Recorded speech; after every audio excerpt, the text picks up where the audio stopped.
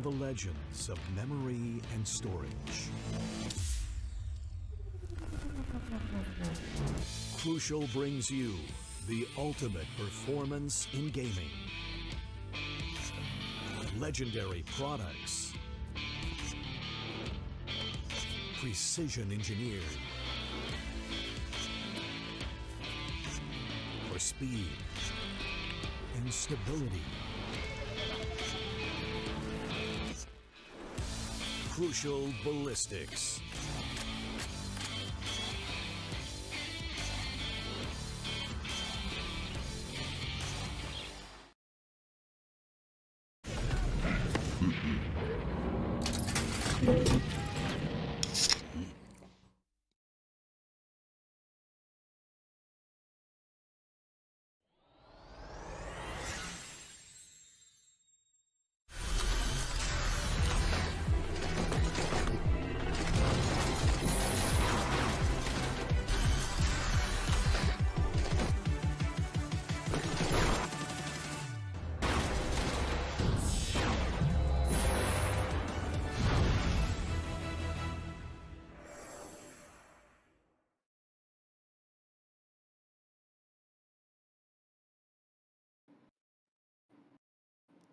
Reach the last mile of aggressive. Thus, the grand finals of the LG Ultragear presents the Esports Club Challenger Series, powered by Zotac and Crucial. Dude, it's been a long journey for both these teams. VLT having the more comfortable of the two, arguably, but by no means can they let that comfort seep in. We've already seen what kind of problems complacency costs, don't we? And we've seen Revenant Esports duke it out against Velocity in that upper bracket final. This is a matchup of revenge, and it's gonna be a matchup where vengeance is gonna be served with utter spice and delight. Because it's a best of 5 matchup we have to decide who's gonna take the crown here at the Challenger Series. Honestly, Revenant, they had a journey that they can be proud of, regardless of whatever outcome comes through at the very end. Either they become the champions at Velocity, they're going to be able to keep their dominant streak going for their side. But then again, it will not be a simple feat whatsoever. First Yeah. of all, you do need to remember Velocity, they are going through a couple of their own changes with MW1 now being part of the starting lineup with Vibor not being in the team. Now, is it going to cause a lot of problems? I don't believe that would be the case because the team will still have a lot of raw talent on their side to push their way forward. But Revenant, on the other end, primarily because of a couple of the advantages that Velocity now have as they are the upper bracket finalists, could just pose a threat, and Revenant could just easily be the ones to be on the short, be the one to take the short end of the stick. But we'll talk about that later because for one last time, we are going to be heading on down over towards the MVP standings. See exactly who has been tearing up this entire tournament from start all the way to finish, and it's none other than that. And I do believe that Knight Rider has an opportunity to possibly take away the #1 spot, but it'll be highly unlikely because Deathmaker, he's ready to take the spotlight for himself and keep it on him for the rest of the days. Yeah, I think it'll require Knight Rider to pull off a berserk performance and maybe even end this 3-0 or a 3-1. Depends on how it goes.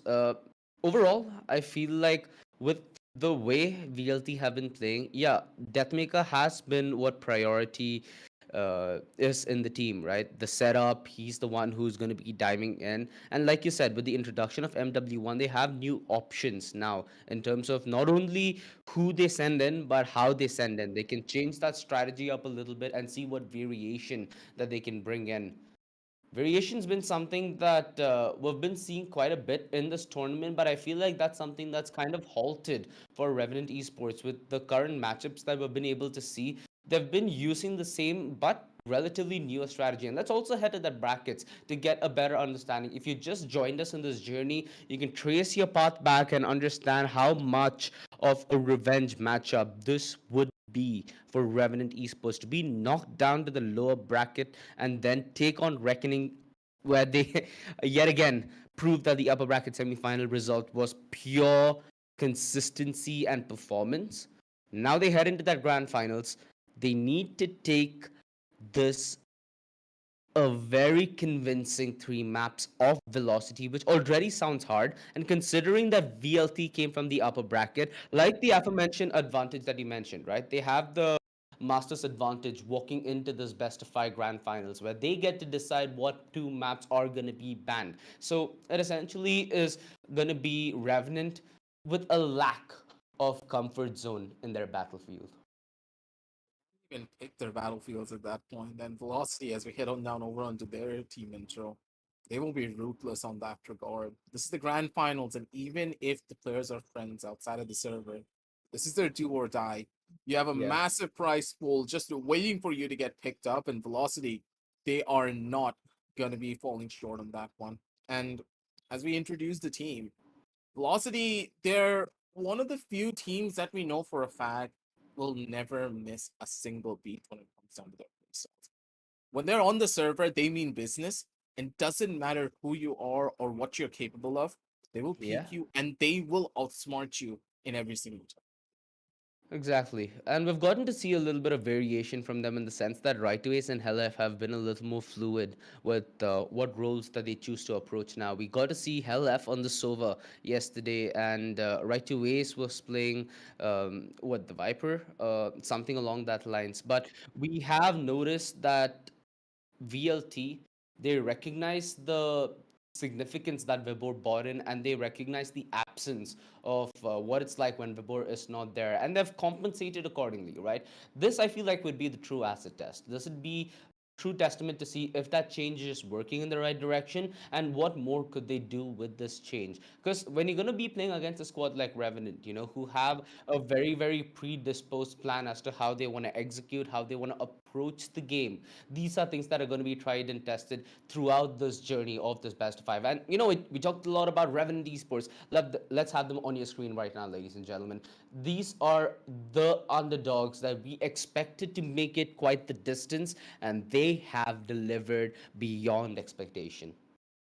Especially the roster being pretty new as well when you consider that Wimp has been the one to pretty much steal away the limelight in a lot of these cases. The way that he plays the initiator role and the way that he's able to clutch with players like Ember and Logista on his side. Yeah. It's incredible how far this team have even been able to come. We never expected this on this regard. For example, we expected a top five finish, a top three. It was there.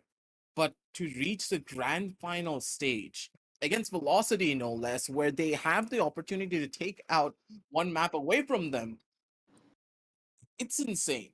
The roster is well rounded. They know how to play around with each other. They know exactly how to play with their strengths and their weaknesses. But then again, I do believe that today they need to rise up to the challenge more than anything else. I'm pretty sure this one player from the side of Revenant has to do the same as we head on down over towards the head-to-head screen. See exactly who's going to be the one to step up to the plate from both sides. And it's going to be Deathmaker versus Knight Rider. The Jet versus Jet battle. It always has to be there. And especially in the grand finals, both of these Jets need to showcase them. Dude, yesterday on Haven, Knight Rider had like what, 4 kills, 5 kills in the first half. Man ended the second half with a good 21 kills. The consistency Knight Rider has on the defense with the operator is something that's terrifying. And it's something that he absolutely needs to bring into the picture today if Revenant Esports need to stand a chance. Often, Revenant Esports, they find momentum, but in the sense of trying to close the game out, they had a lot of problems, especially against VLT in that upper bracket finals, when they had a huge advantage on Breeze with having no duelist composition in their lineup. They were able to accrue a 10-2 first half when they were on the offense, and it went to the wire. 13 to 11 is what they required to close that game off. And in a lot of circumstances, Revenant Esports could have taken this upper bracket route and made it to this grand finals. But a lot of free opportunities to some extent. You know how VLT, they see a small gap and they know more than how to go for it. Yeah, that's something that they have to firmly deny today in the grand finals because VLT have all the picking grounds and they choose essentially where the battle is played across this best of five. Now, though, at the very least, we need to take a back step and talk about the map video by itself. I do believe that every single proper match has to have a proper battleground as well. And honestly speaking, Revenant, they toughed out pretty badly in this regard. Jesus The map Christ. veto is there, but two of the most staple maps throughout this entire Challenger series is not present whatsoever. Now, you could be asking, what exactly is the Master's Advantage that we were talking about previously? The Master's Advantage is uh, basically a crutch given to the upper bracket teams who have gone through without having a single loss, that they have the ability to ban out two maps. And the two maps that Velocity banned out are the strongest maps in Revenant's arsenal. Ascent and Split don't exist for them. And OG, you know how bad that is. Uh, I The know how bad one it map is, Steve. Velocity lost against Revenant was on Split. Yeah, and look at how they have to start this best of five now. Icebox, Fracture, and Breeze. VLT. Like, You can't they're help but think. ruthless. They're actually Yeah. ruthless. They have a very firm advantage walking into this. Mind you, Fracture, a map that Revenant got a chance to play against Velocity in that upper bracket final, where they had a very uh, decent first half, having very influential mid-round rotations is how they even got close to a 7-5 scoreline. But after that, when they were on the defense, VLT was just so smart in not taking engagements and just playing based on rotations and aggression. Perfect way to counter and punish aggressive plays. Sometimes is not even taking the fight, let them have it. Let them be happy with the real estate. You just go elsewhere. And that's something that you saw them do brilliantly. Breeze, a comeback that VLT almost fueled from a position of desperation and no hope. So when it's going to be a rematch, especially in this context, I have a very good faith that VLT are not going to leave any stones unturned. I think they pretty much did that when they banned out the Ascent and Split. Exactly. And, in a way, I understand that the members of Revenant, they're in disarray because they don't have the two strongest maps. But as a caster, I'm kind of happy. We don't have to look at those two maps for the grand final I because know, we've been right? casting Ascent and Split so often that we are basically masters of those two maps alone. At least on the strategic aspect, our rank games are completely different. Let's not go there. This is a day of happiness. This is a day of happiness for at least one of these teams with the way it's going to end. In your opinion, how do you think Revenant Esports now need to maybe change things up? This is somewhat of a testament for you to take the grand finals home, right? You need to really prove that you're the one worthy. It starts off with Icebox, where from my memory, Revenant Esports have only 3 games. They have only 3 games, but they managed to win 2 of them out. Then we move over to Fracture, and I already think that we mentioned both Fracture and Breeze quite a bit, and how Revenant Esports' performance have been on both those maps. One thing that does get me a little scared though is Haven. Yesterday, we got to see Revenant Esports duke it off against Reckoning Esports on this map, where they managed to win it out cool, but it didn't look fully convincing, did it? A lot of these plays that were made were how do I put it? Bamboozling in nature from Reckoning Esports. They had a lot of timing working out in their favor. They had a decent bit of circumstances which could have turned on its tail. If I'm not mistaken, Ember had a very good performance yesterday. A quad kill on that B side, and they rotated over to C. So there's a lot of things that are going for Revenant, but I do notice the significant chinks in the armor they have compared to a squad like VLT, who are experienced in exploiting those set chinks. Should be able to, but then again, Bind has me on the fritz. Let's entertain the idea at least that this will be a 5 map. I don't believe that will be the case because of the pure statistics, of course, and Velocity. They will guarantee their win on Breeze. If Velocity doesn't win Breeze, I'll change my name. I'm not even kidding. I will. Okay, that's gonna be And fun. yeah, that's gonna be fun. Clip it But for later, maybe. now, let's say it goes down to the 5th map. Bind has me on the fritz. Bind is a Okay. map where, of course, Revenant are pretty strong. They know how to play this map out beautifully. But recently, when we did see the Amazon Super Single Invitational that we had yesterday, it was pretty rough on the members of Revenant. For some reason, the team just felt fully disjointed. And yesterday, the team didn't feel like the team that we know and love, the team Here's that the deserved to be here on the grand finals. Let's say that yesterday was an off day. We are going to see a brand new Revenant here today. But yeah. then again, if that is your performance on an off day against Velocity, even if you have a mediocre performance, you're not going to be able to live through any of these maps, let alone Fracture. Yeah, it may be a better map for you in general where both teams are evenly matched. Mediocre performances are not going to get you anywhere. You need to step far and beyond your comfort zone, and you need to evolve as the game is going to be played through. And if you don't evolve right here and right now in map number one by itself, the rest of the series will not go in your favor. Here's what I think though. The performance yesterday could be to some extent neglected because of the stake of the matchup, especially this one.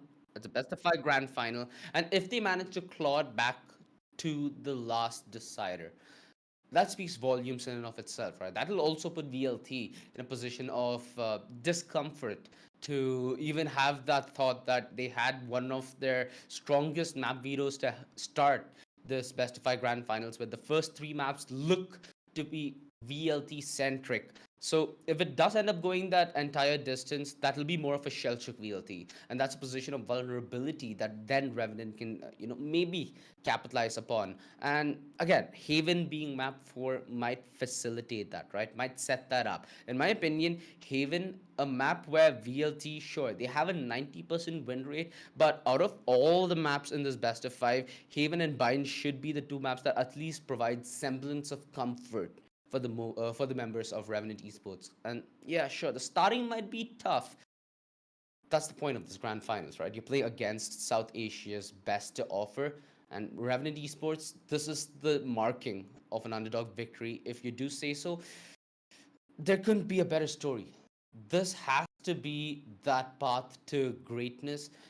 It starts off with hardship for everybody, dude. There's no good story without struggle, is there?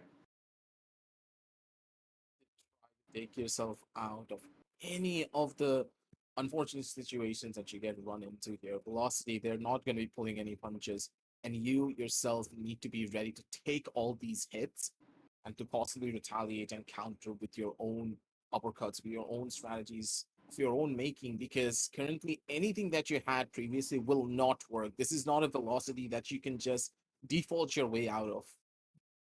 Innovation and of course creativity is going to be the thing that gives you the edge here and gives you the win. And Revenant, hopefully they're going to be able to get their way down and just bunker into the place that they need to be. They need to be in the proper zone. They need to be in their flow state, because currently Velocity, they're out for blood. They're the ones who have the advantage. They're the ones who could just get complacent in their zone of comfort.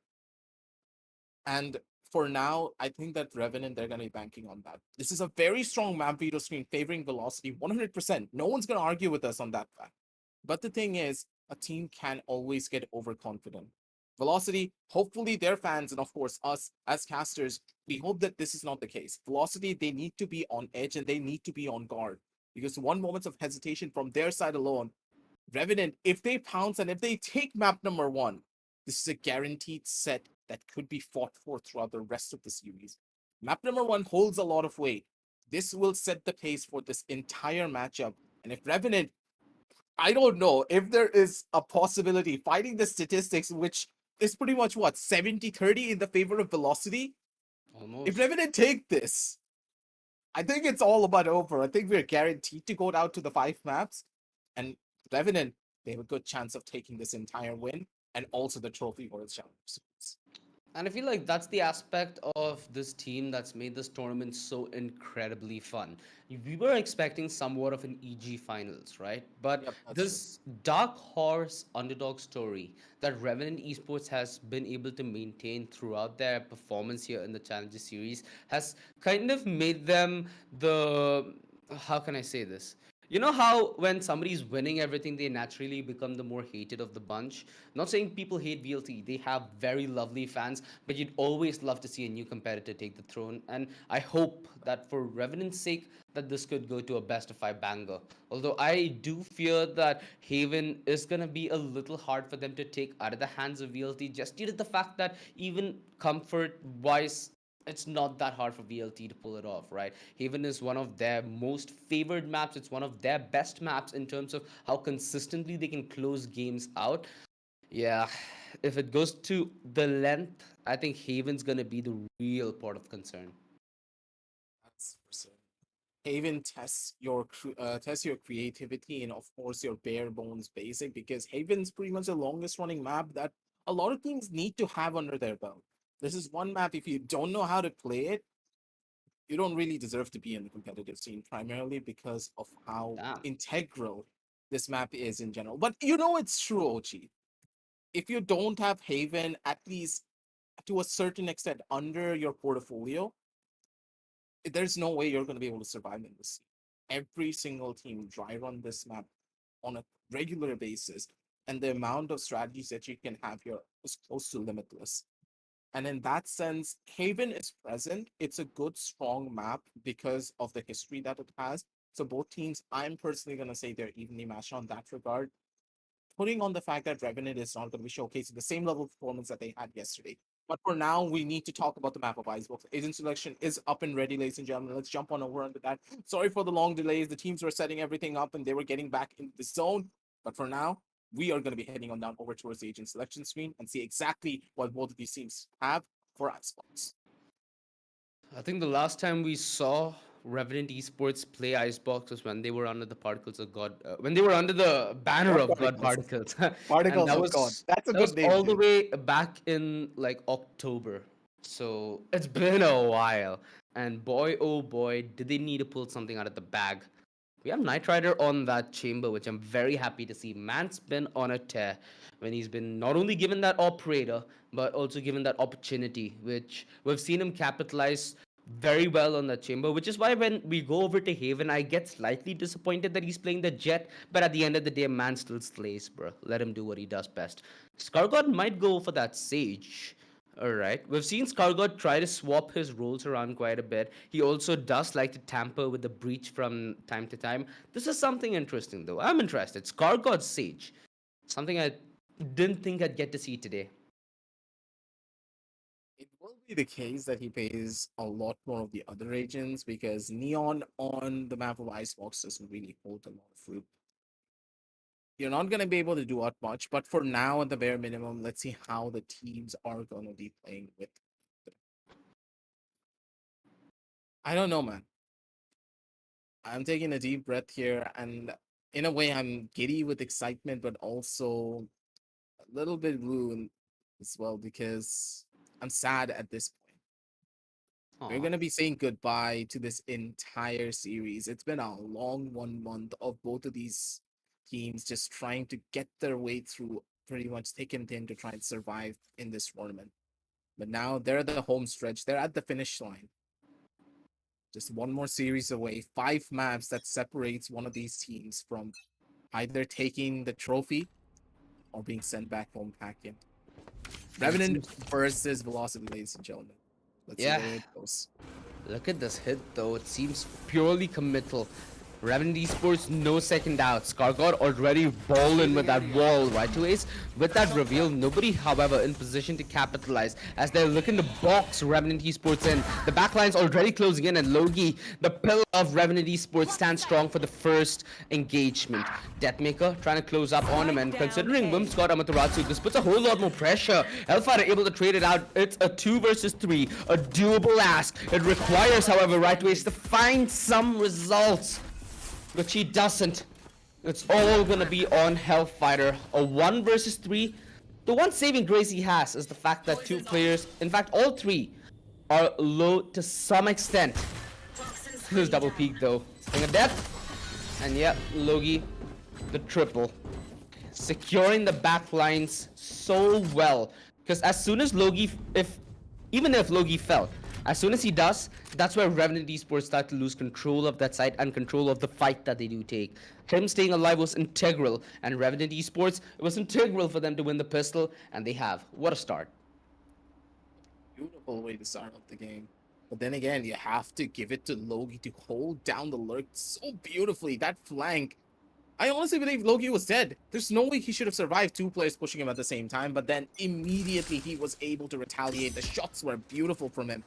But Deathmaker, possibly biting for a bit more than he can chew here, needs to run on away almost immediately. Those are the calls that the B side hit is coming down through. And Ember, he's actually on Arena. This is something that we haven't seen in a while. I did not notice this initially. But And it an seems to Ember. Icebox. That's He's ready for it. yeah. They will have the ability to plant the spike, and they are. At this point, VLT hoping to catch somebody overextend, which simply isn't the case.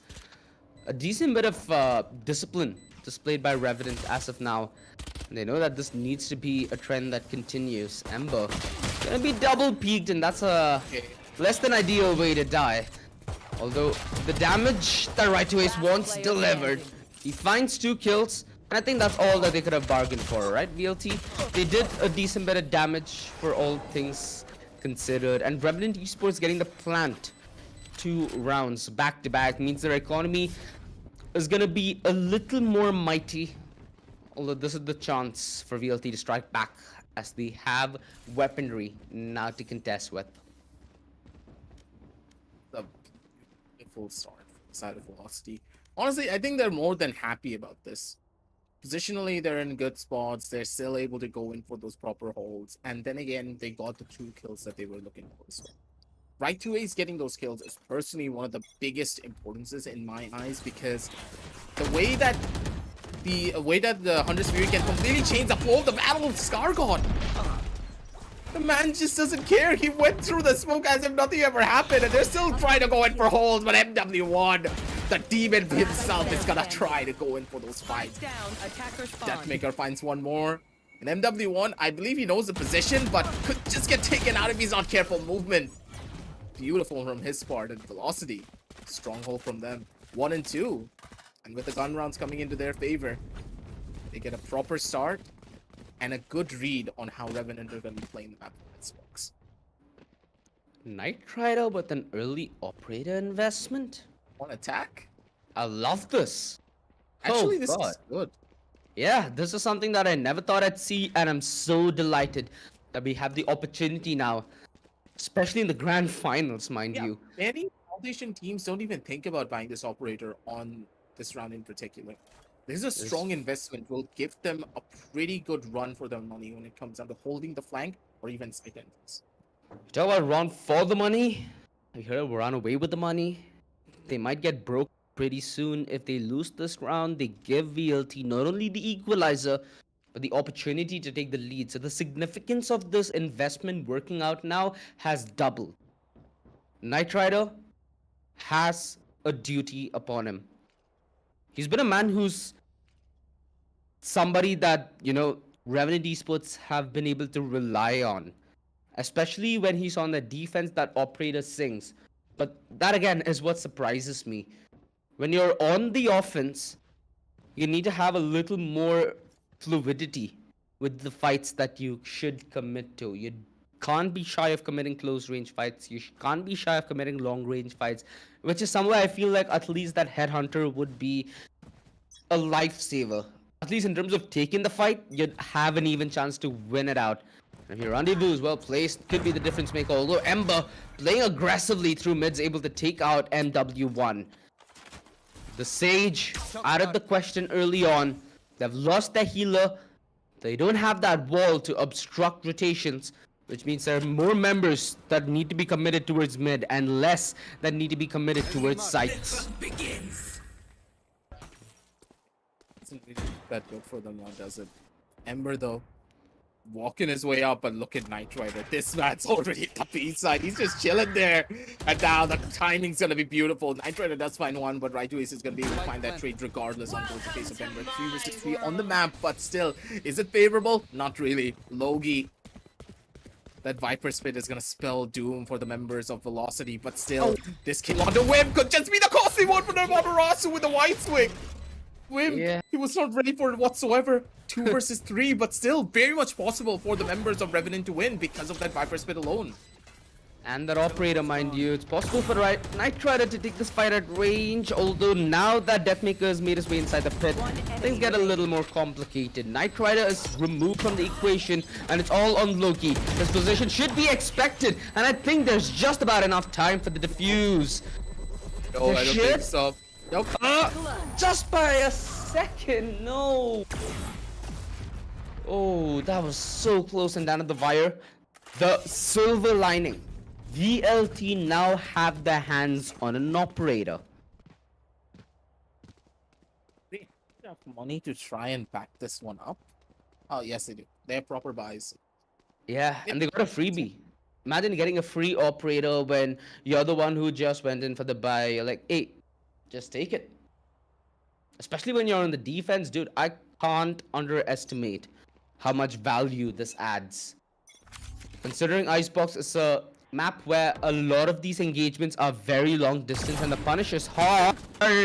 Deathmaker cannot afford to go down here. Has that tailwind equipped for the follow-up shot and he's gonna go for it. Almost gives Scargot a haircut there. Now needs to discuss how he can do it conservatively. He has backup, mind you. There are a lot of members towards kitchen, so this B defense is well supplemented. And that aggression through 410 that Revenant are trying to contest, I hope that works out because Deathmaker is making good that operate as he's finally punished. The man advantage he shall secure in this 4v3. It's all going to be on Knight Rider to find timing and brilliance yet again. Rider, he fell asleep on the angle, and Helev's gonna be able to punish. That is a pretty rough position for them to be in, but regardless, Revenant, I do not believe they can get this round unless Logi and Scargot can pull off a miracle, but at this 30 point, seconds I don't left. think miracles can be counted upon. Scargot making his way up is opting to take a route from elbow while Logi's trying to go in from up top. They have enough time, but again, not good angles, not good fights. Right to Ace is going to be able to get the timing. Shuts down both, and a 2 and 3 scoreline going in the favor of Velocity. Well played. WP indeed managed to take that off back into the hands of Deathmaker. The man's been a menace. On his Blade Storm as well, right to Ace. On the back of that Hunter's Fury, a lot of options open up, right? There is a lot of deny now VLT suddenly have, which means Revenant Esports, one of their trademark moves of playing time and taking it down to the last 30 seconds, yeah, not going to be possible in a round like this. Can't even go in for the push, but at least he gains the information. Scargot giving away the position and giving away some of these audio cues should be an expectancy from Velocity to rotate a couple of the players over onto the A side, but then again, Amaterasu holding from the top of Broiler. He just knows how to hold this one down. Right to Ace, around the corner. Headhunter nearly catching him off guard, but Helef, he just needs to hold it. Right to Ace is going ham. This Sova, just doing all the damage that he can. Yeah, Deathmaker yet again, dude. This guy has been on it. Absolutely lightning fast. Standing. Inside a joke there, but yep, it's all gonna be on Knight Rider yet again, as it's been for so many of these occasions. If you could take away maybe a gun or two, might be able to hamper their economy a little bit. And that is the inevitable equalizer. 3-3 from VLT. You know, I was having a discussion about this with my buddy yesterday. In a game like Valorant, the concept of a bonus, right? A game like Valorant doesn't rely much on your economy in terms of you being lethal. There is a lot of utility in the game that allows you to at least find an edge in whatever fight that you're going to take to maybe even nullify that weaponry disadvantage. So playing that bonus is something that I've been a little critical of lately, especially with a team like Revenant, right?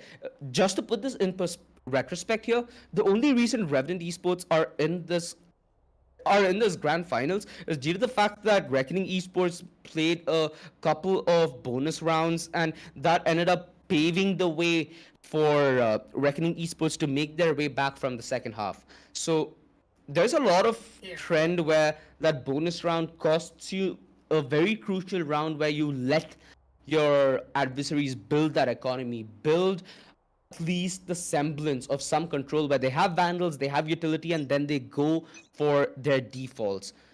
Hence, sometimes it doesn't work out and it goes the other way, right? There comes the disparity.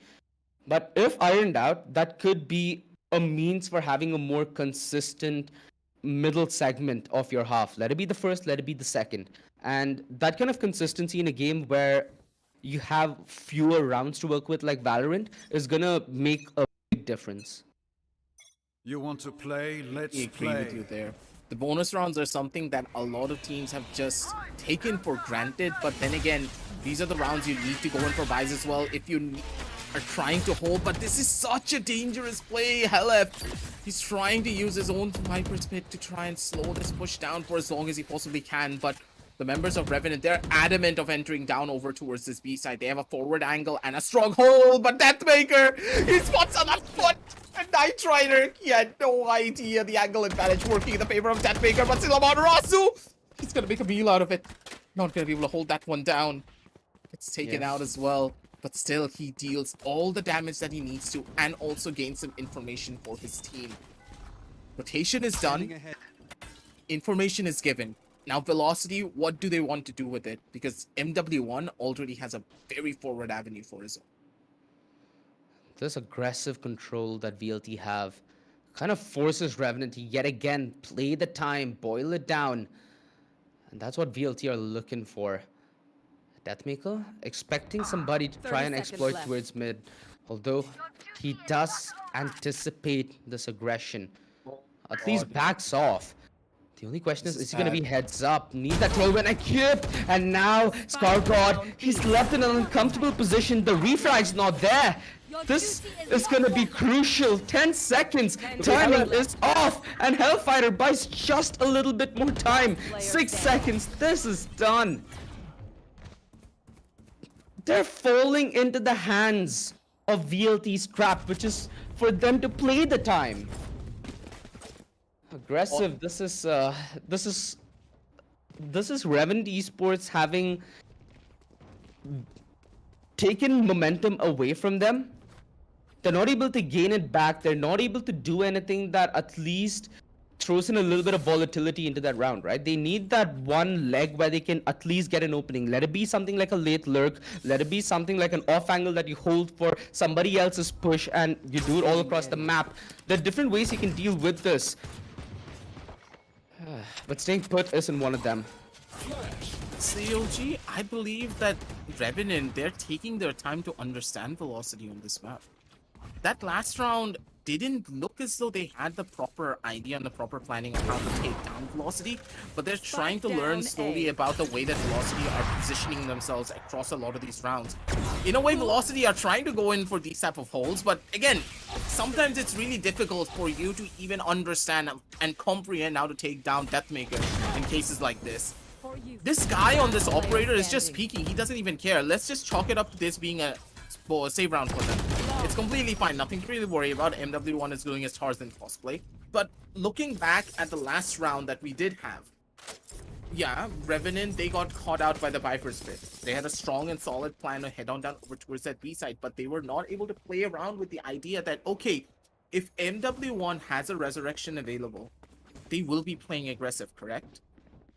It's pretty normal for a team at such a high caliber, if they have a resurrection, play a lot more aggressive for map control and use the Sage as the secondary player to go in for trades and opt to go in for that resurrection, immediately nullifying the 3 versus 3 situation. I want Revenant to read into this a lot more because of the ultimates that are present in Velocity's arsenal. They can easily read out the plays that could be made by them as well here. I don't see this from Revenant, and I hope that they understand that. Play based upon abilities, and with that, they will have the advantage moving on down. Again, that was a bad wall, and ScarGod, I'm pretty sure he's kicking himself for that one. No cover now, essentially. At least solid one in that. You do notice the lack of the dive bomb, right? Look at the amount of players on the B side that it has. There's no possibility for Revenant to find an opening in that front line. Again, Ember is punished because of the fact that he needs to play overly aggressive and he's not able to dive bomb his way in to have that element of surprise. How many times haven't VLT done this? Just cleanup squad at this point. Although, Revenant slowly clawing their way back up, and they've anticipated that backstab. Logi now has eyes to his Deathmaker, and this is turned on its tail. They've overplayed their hand here, VLT, and they've been firmly punished. It's on right to 30 ace, seconds left. to find the right to clutch within him. In that backlines, anticipating somewhat of a rotation which is not to come. And mind you, with that alarm bot, he lacks the opportunity to then exploit the backline. So he needs to go forward. He needs to be on a full frontal assault. But the only 10 problem is seconds such long distance. Knight Rider has that planted. operator. And Loki now needs to make that transition. I think this position should be more than transparent. And that recon dart at least tries to get a little more information. Knight Rider just using that angle, slow and steady. He assumed wins the race. But that's right to ace his way back into this clutch. He finds that isolated frag and boils this to a 1v1. Knight Rider, that operator, he needs to be clinical. And he is. That turnaround from Revenant Esports, that round fell on their plates like it was a silver platter, and boy are they gonna have a delight to take that back with them. VLT, the way they just overplayed their hand there. They just needed to wait. Why do you want to try and push out in towards the site even further? That just doesn't make any sense in these type of regards. Velocity, they had everything under control. The flank route was there. It makes you want to question one thing. Velocity, they had everything under wraps, but regardless, they wanted to go in for these fights. Again and again, these small mistakes over and over again. They're getting too eager in the way that they're holding, and it's hurting them drastically for this very reason. You know, one thing that I loved what Velocity did in the rounds prior was when the time was boiling down, they were not the ones who offered the fight that easily. They were the ones holding the angles and waiting for the fight to come to them. This is where it changed. This is where everything went down the dumpster, and they're like, you know what? We already have this round. Let's just push them. Cost them quite a bit, like we said. It's given them a little stability here, Revenant, because they have two ultimates synced up. They have that Empress on Ember, who's been struggling to find that opening here in the first half, alongside the Hunter's Fury on Wimp. Oh, that 0 point is going to be very big. That drone is out. And now Revenant Esports' lack of information has been the bane of their existence as they yet again commit to this B-side. Deathmaker more than ready. And MW1 working in tandem. The double headshot, the triple. Man just doesn't take no for an answer. And this fast play might have been incorporated to bring out a little bit of variety into the mix. But that was something that Velocity... Yeah, when they are the speed, they know how to deal with the speed as well. Feel bad on this regard. My God. That was a full-on fast play over towards the B side, but again, it felt so choreographed that Velocity, they just read into it. Now they have the spike under control, and Logi's in an impossible situation. If he even tries to pick up this spike, then he's just gonna get taken out. Deathmaker's not gonna miss that easy shot. 6 and 4, and Velocity right after this one pause completely shut down any hopes and dreams that Revenant had to try and break down a side. But again, these are the type of plays that Revenant are using against Velocity. They're waiting for Velocity to crack. They're waiting for them to make the mistake, and immediately Revenant are able to capitalize. And honestly speaking, OG, tell me how many teams are able to do something like that, who are able to catch on to mistakes and immediately punish them. That used to be Revenant at least yesterday, right? Oh, Deathmaker, that wasn't there in the nick of time, but he's able to find his shot on Ember. Almost lands the second on Scar God. Dude, this is just the picking day for him. They're giving this fight at the range that he desires, and courtesy of that little damage that they were able to do, one shot was enough from Wimp, as that was more than 50 meters, so he would require two. They get that kill, cool. And they were able to convert on a right to ace with only the classic. I'm pretty sure there might have been the ropes involved in that play. Hellfighter should find this timing on when Matratsu a little off in the crosshair, and Hellfighter can't hit him with his back turn, but at least he finishes off the job that he started. 7-4. Last round before A the very nice rebuttal from VLT. A lot of what Revenant Esports have gained here in this first half, they gained it from that early success, and the one-off round that VLT gave away, it looks like they made amends. This is a hard story to turn. And this is the last round where Knight Rider has reinvested into the operator, something that he hasn't been able to make work on this attack just yet. Hopefully the time will be able to give them the edge that they need again. Ember, these type of positions, they are really bad for him to try and peek. The man just completely gets shut down. They have an owl drone. They didn't wait for it. And again, they're suffering heavily. Deathmaker, he's constantly going in for these aggressive peaks, and it's giving him the advantage that he needs. Jiggle peek the corner, Scargod, he just gets sent back over towards the next half. Knight Rider finally finds something with this operator to work with, but then again, it's not enough. It's a little bit too late. Resurrection still available in the hands of MW1. They don't have a care in the world. Oh. This round seems all but over. Yeah, and it's gonna be on Knight Rider to find that opening. He's been trying to play aggressively with that operator and enemy remaining. punished. I think this is the easier word for us to use here. This first half, VLT, show us that they're here to play. It's not gonna be. Switching sides. Yeah, About it's business. considering the trajectory that we're on, considering map 2 and map 3, considering we're gonna be seeing Fracture and Icebox following this, not Icebox, Breeze following Icebox, things start looking a little more questionable for Revenant Fracture and then- Esports. Yeah. This first half pistol round, did they try doing something whack? Did they try doing something that throws VLT off guard? Is VLT going in with that same A commitment yet again? They have not laid down anything to detect that lurk. In terms of positioning, at least, nah. So there should be at least one member, that being maybe right to ace, playing conservative through the belt. Everybody else gonna be on the push, and the push through B main from Revenant Esports to counter this. They need to play retake here. They cannot afford to give away fights that they did not have the advantage taken.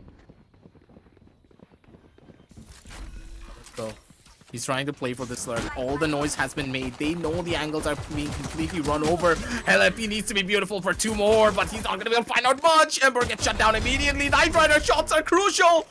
7 HP in a dream. He still has one more headhunter bullet to work with. MW1 needs to be the perfect spot. The angle's gonna be cleared.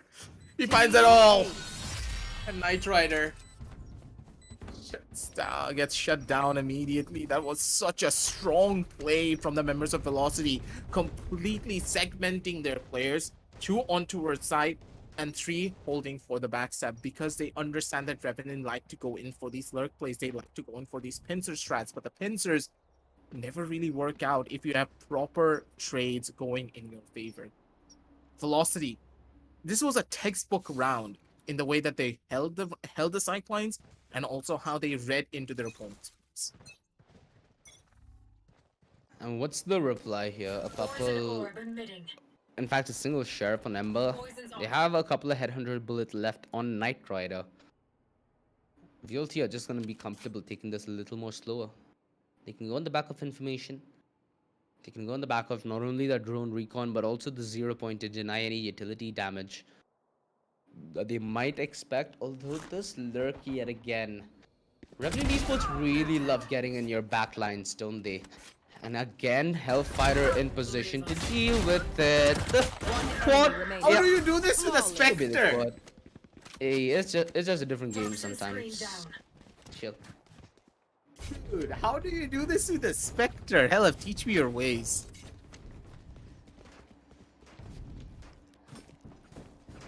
This is a heartbreak for some, but for Revenant, they need to have a different way to think about this. It might be 10-4, but you win 2 gun rounds and everything that goes alongside it. It should be possible for you to make your way back. Easier said than done, like I always say, but that's the mentality you need to carry If you want to go through that long journey, you need to be ready for what it has to offer, the lows and the highs. And right now, they're itching to find their high, and Knight Rider yet again. The peaks that he takes, not really favorable gunfights that you really enter.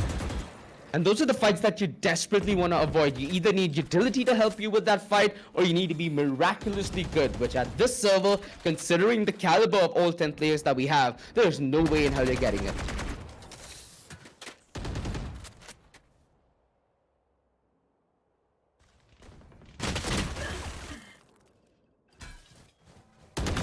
Yikes. Jet grounded.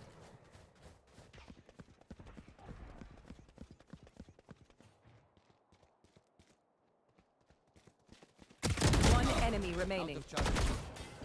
And Scargod, you're as good as dead, buddy. Recon's gonna send them back down. And at 11 and 4, going in the favor of Velocity. My god, they are ruthless in the way that they're playing around with Revenant's feelings here. Really getting to feel the velocity, are we? Anything else? Well, at least for now, this VLT dominance will not put to a stop. And on the back of Hellfire having that Viper spit, Revenant Esports are going to hope that they're able to at least thin the numbers down before they allow it to get to a post plant. Otherwise, utility is going to make the situation a little sticky. Knight Rider taking this fight through mid, and it's Hellfire that he's dealing, so more than enough incentive to take this fight. Hence you see Revenant Esports trying to push the issue, trying to get this one frag under their belt, and Hellfire anticipates this. He knows the aggression will come in tandem. Luckily, MW1 right around the corner, but he's dealt with. There is the Sage up, so Logi is going to be able to find a little bit of HP to take this next fight. The man disadvantage though. Yeah, the positioning is just brutal from BLT. Easy. Fire set down to perfection. It's done. 12 and 4, they have a slight chance of trying to bring this one back, but a slight chance doesn't really get you anywhere here now, does it, Ochi? Yeah. 8 rounds consecutive? Not even the best teams in the world can pull this Don't even one go off. there, bro. Don't even go there. Yeah. I think that's a pretty, let's say, impossible feat. Well, let's see what they have left to throw. At least a couple of clips is what they might settle for.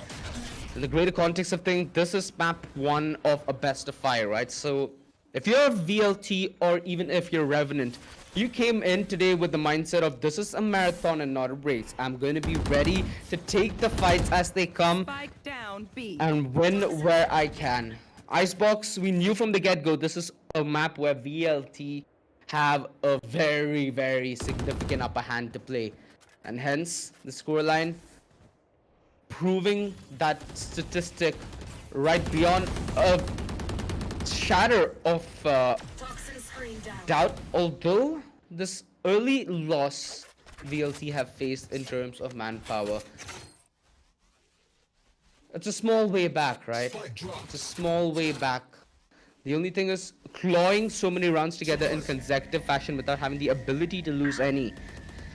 Not something that really helps you in terms of pressure. And against a team like VLT, if you feel the pressure, that's when they start to choke. 30 seconds left. Contact play.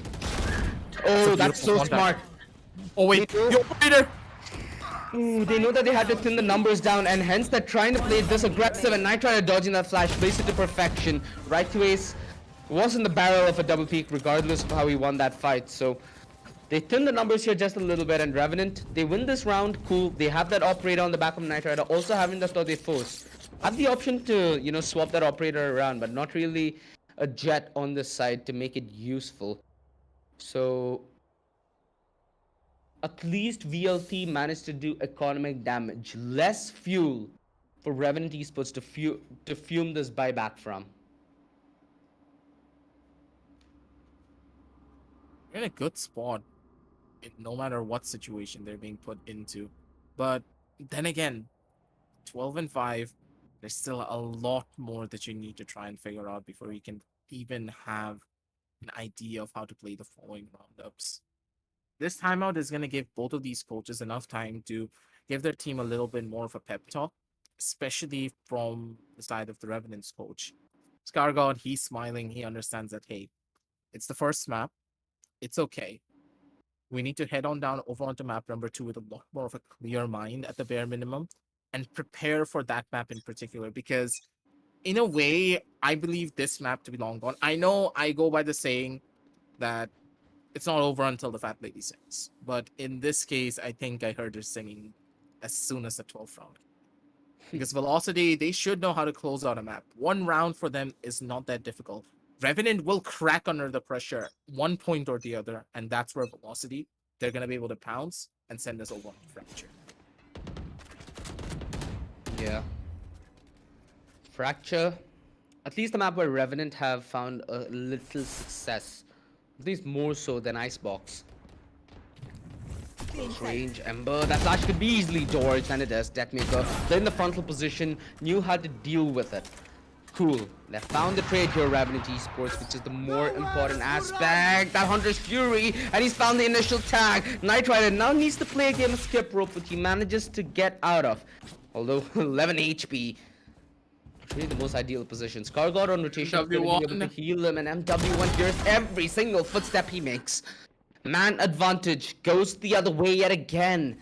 And the positioning from right to ways couldn't have been any better. If he's able to play off the drone's timing, this could be a very important play to get them map 1 off this best of 5. The close peek, and Knight Rider finally punished. They know the whereabouts of Wimp. That drone came from a close position, and it's all left on the hands of Logi. 1 versus 3.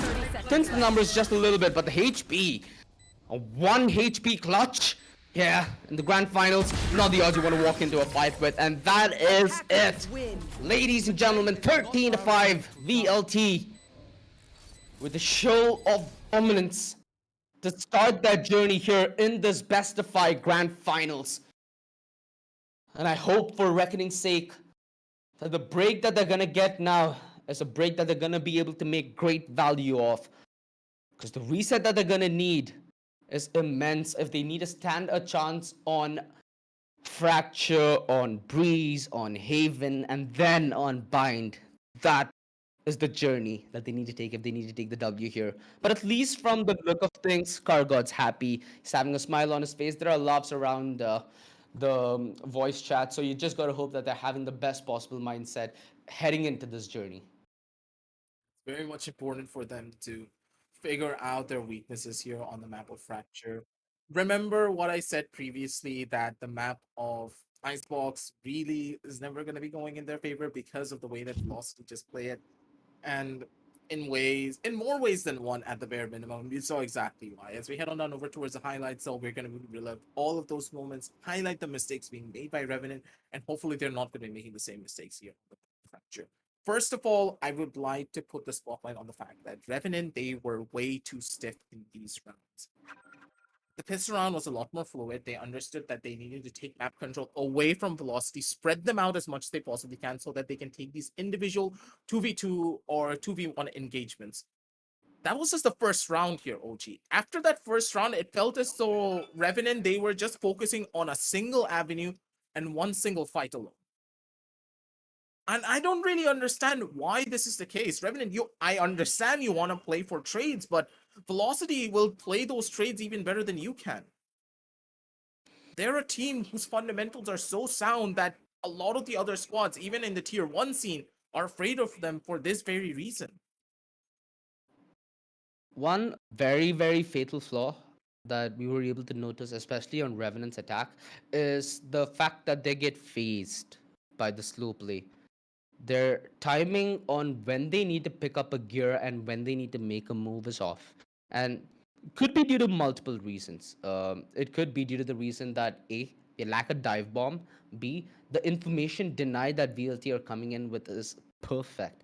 Before they hit a site, there's very little information that Revenant do get on a lot of these occasions, which ends up having a big effect on the way gunfights then play out, right? information is half the game. When you know where to pre-aim and where they're gonna be, it's so much easier getting that frag. At this level, you do not miss shots and kills like those. And that's what Revenant Esports barely got. Even if they did get information, it was so disjointed with the timing window that they had to make it effective. Positioning of the players and of course the rotations of the players is possibly the biggest mistake that we did notice from the members of Revenant. Revenant, they all ran in, they came over to the side, but did you notice how they were positioning around one another? There was no form of play that could be done together as a team. It felt much more individual where one player, yeah, he got the peak, he got the first contact, but the second trade will take about 2 to 3 seconds before it can possibly come on down through. It was not instantaneous like all the members of Velocity. Again, during this last round, it just did not look proper. I don't understand. Revenant, I get the fact that you wanted to take an advantage. You wanted to force Velocity into a very uncomfortable position, so you're pushing up. You gave up on that regard, but you could have done so much more to change the outcome of this match. Deathmaker, he's at the very top. 22 kills, not even surprising. 332 ACS. He's just having the time of his life. Every single one of these players in front of our screens, they just came alive. And Velocity, map number 1 was a statement, but hopefully the statement does not remain true for the rest of this series. Otherwise, Revenant, they're going to be sent back home early. They are in a position where they also could make that difference. Logista topped it off for his team, and Logista, at least on that offense, played really well. The first few rounds that they did win, been that consistent man who dealt with the lurk, hoping that he's able to pull off a similar performance going forth, because he's the man who, throughout the Challenger series, has kept Revenant Esports in a very good spot. They've been in positions where they require 2v3s, 2v4s, immaculate plays. Alongside Knight Rider, Logista, and Ember, these three players have been in a very, very good spree of making the undoable seem doable. So, with the overall context of things, there is a lot of ways that you can turn it around. And I don't think anything is unexpected from the side of VLT, right? Deathmaker leading the charge right away is close by his tail, and MW1 chiming in very well. We got to see Skargod fill in the breach yesterday, and that was something that I really liked. And that was something that's crucial for his game, because a change in role is sometimes that could make a huge difference on the player's mentality. Once he's starting to really feel himself, when that confidence is back brimming on that player, it changes the dynamic at what he's taken the fight and how he's able to win those fights out. That is something that they desperately need. Revenant, we know that the talent within them is deep. Now they just need to dig. And ladies and gentlemen, we're going to give them that time alongside us to take a small break and allow us to just be ready for this extravaganza of a grand finals. A huge shout out to our sponsors. You've been watching the LG Ultragear presents the Esports Club Challenger Series, powered by Zotac and Crucial. Check the links down below for some amazing peripherals to fuel your gaming performance for an even more better display a skill. Scan the QR code, get some Red Bull, as we'll be right back within 5 minutes.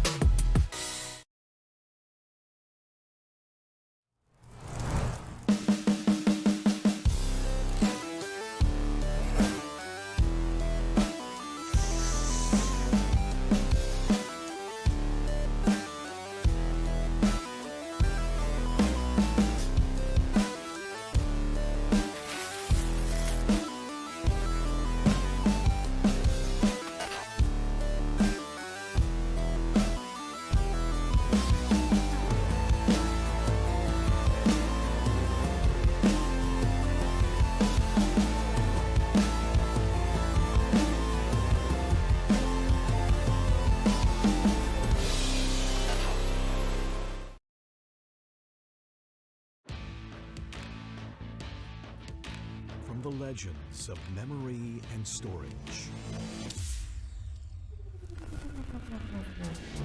Crucial brings you the ultimate performance in gaming.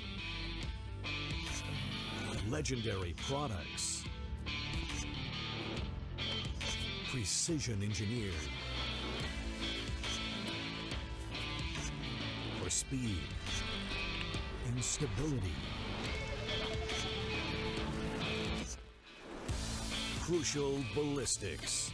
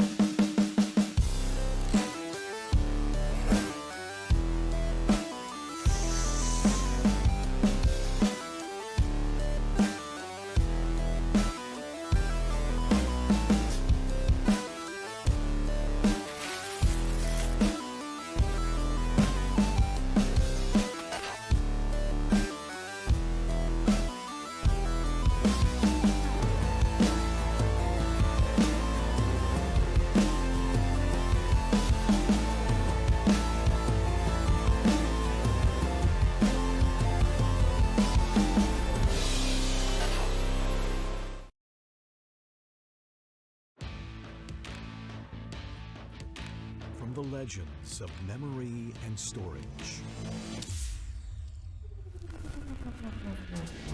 Crucial brings you the ultimate performance in gaming. Legendary products. Precision engineered. For speed. Instability. Crucial ballistics.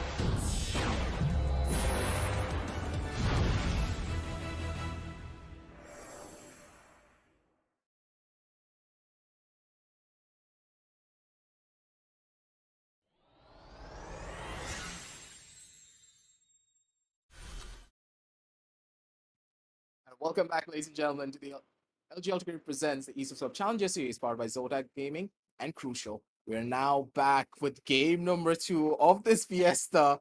And hey, I've been replacing Yoji with the Very Angry Universe. You see the logo in its back, and he looks quite happy, and he's pumped up for this one as well because, ladies and gentlemen, we've been waiting for this one for a pretty long time, and map number 1 did deliver. There was a lot of ups and downs.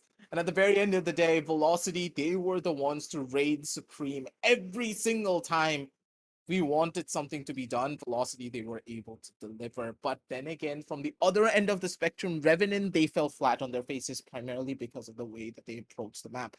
I gave them the benefit of the doubt so many times because of one very good reason. It felt as though Revenant were getting closer and closer to cracking the code that Velocity were trying to encrypt. But at the end of the day, they just gave up. They didn't know what to do. And it's the mentality that's getting to them. And hopefully here on map number 2, things will be a lot more different. Because Universe, if they are not able to deliver, I think it's over as soon as Breeze comes in. Because on Breeze, Velocity is just untouchable. Now is there do or die? There's no 3 maps. This could literally just be a best of 2. Best of 3, sorry. What am I saying? Yeah, I mean, either way, it does have a third map in in play, which is going to be another velocity advantage. While Revenant have picked up this fracture, the last time this happened, they still got absolutely demolished. There was no way they were getting out of that situation, and even today, they're not getting out of it. I really believe that Revenant could have gone for the bind pick on the second map to make things a little bit more interesting. While I know that they themselves are not as keen on playing bind, but I think that to throw velocity off, I think bind could have been necessary because fracture works out for them perfectly, breeze works out for them perfectly, haven. This is a velocity map pool. What we see is a velocity map pool. There's no two ways around it. There's nothing else that comes into play. With Ascent and Split gone, 2 maps that Revenant could have actually probably won. This is just Velocity's playground. This grand final has been shape crafted to their needs, to their wants, to their desires. And honestly, if they don't win Fracture, I'm gonna be surprised. In a way, we're giving Velocity pretty much all of the advantages because the first 3 maps is just there. And again, this just roots back to the fact that Velocity, they had the Masters advantage. And in a way, if you are able to keep your position here on the upper brackets, you should get that advantage. This was just a double ban, and Revenant being a lot more one-dimensional in their approach, they had their 2 clutch maps being Ascent and Split. Not having that in your map pool just completely broke them down. They needed a third strong map. And I don't believe they were prepared to play this best of 5 at all. Because currently Fracture pretty much holds their hopes and dreams unless they are able to win this one. Velocity, they'll take this one away regardless of whatever situation they're put into. But then again, I digress. Let's give Revenant an opportunity to play this map out. Prove us wrong back at home, and also here at the caster says that even statistics can be wrong as well. Not everything is based upon maths. And for now, Fracture, it's all based upon feeling and their drive to win. Creativity will get them the win here because Fracture still hasn't been mastered by any South Asian team up till now. So Revenant, they have an opportunity to take this one. Yeah, indeed. I think that, overall, I think Fracture is their best bet. I think Breeze with their duelist comp, while it does give them a little bit of variety in their gameplay, I still say that Velocity on Breeze are just absolutely untouchable, unbreachable. Their defense and attack both are brilliant, and I think that on it, the only chance Revenant have at pulling this over to maybe a 4th map or even a 5th is if they win Fracture, because Breeze is a very, very difficult map for them to even think about winning, because Velocity, when it comes to a best of 5 like this, and they've got map pools that absolutely are catered to them, there's no way they're going to be getting away, especially given that the first 4 maps are the 4 maps that they love playing absolutely. So back on the raise. He goes Deathmaker over here on this map, and he's going to be very happy with that. He's been having a role on Fracture. Let's go to the agent selection as I do talk about it, ladies and gentlemen. Velocity versus Revenant, map number 2, coming up right about now. Selection is up, and Revenant immediately they're gonna start going in for their picks. And again, I'm really surprised by this. There is no chamber on the side of Revenant. I think Knight Rider's probably going to go for that chamber. I don't think. I don't believe that's the case. I should think. Oh, okay. I could. All right. 1 second. There's an Astra here on Fracture. Okay, no, never mind. It's a double controller strategy, so Astra is still gonna be pretty powerful. Regardless. Yeah. It's fine, but why not a Brimstone? Well, they are pretty confident with the fact that the Astra's utility can be used as a semi-initiator because she's got, of course, a gravity well as the, the stunner. So, and given that her wall, her ultimate is just as good as the Viper wall, plus it's impenetrable by bullets. So, I think that it is, Astra's a great choice on Fracture, given that there are nooks and corners that are very small, right? And Astra can exploit those small corners very well. So I would expect the Astra on Fracture to do a lot more damage than we expected to. And I think Helef has proven that time and time again. And to be honest, I don't see any other way around it, except for the fact that this is going to be Revenant Esports climbing up a hill that they are finding difficult. But currently, with the smiles on their faces, I would want them to continue with that. Because right now, what they need is a little bit of confidence. Confidence is what's going to get them across that crater. For the moment, Velocity are on the defense, and they've got a very strong defense indeed. All 5 of their characters have got utility to stop pushes, to slow them down, to cut them off, as well as make them turn around. And on the attack, moving in towards their usual on the tunnel push when Knight Rider comes in. Get the wall secured towards one side, and Helef, he knows this. He's played this position just a day ago, finishing off his opponent. He jumps down from heaven, and somehow Knight Rider does not see that. Amaterasu supports him with a flash, but he does go down anyway. Revenant gonna take control of the site. They've got what they need. Plant down. Now a 3 versus 4 retake for Velocity. I question the ideology of having 2 players hold B when you know for a fact that the site is so massive. Monarasu is going to be able to do a little bit more on that regard. Spots on the top pad, but the shots need to be true. MW1 a little bit shaky there, but still, regardless, does find a pickup that he needs to. Ember, though, shuts down pretty much everything. And Ember, once again, a Big Daddy Brimstone, baby. He just knows how to make him work. 0-1. And ladies and gentlemen, Revenant, a pretty strong start, but then again, a massive mistake being done by the members of Velocity. Why were there only 2 members on the B side? Well, they did go for a little bit of a stack. They expected it to come A. Revenant have done that time and time again, but that B strat that they have done with Knight Rider slowly crawling in towards under the tunnel position, going in to support them from 2 different angles is pretty good. Oh, but as I said, MW1 looking for one more. It's only going to be Gargod that falls prey to his Headhunter. And now look at this Velocity. Heavy stack on A. They've got 3 players here, and they're actually going to be pushing in on the back of Right to Ace. He should be coming out. There comes the stun. Right to Ace finds him. Materasu adds up as well. And this could be a thrifty round in the making here. Immediate hit back with just a couple of pistols. Logi as well as Ember. 2 people pretty good on their aim and discipline. Now have to shut this one out from 2 different angles. No trade-off potential here.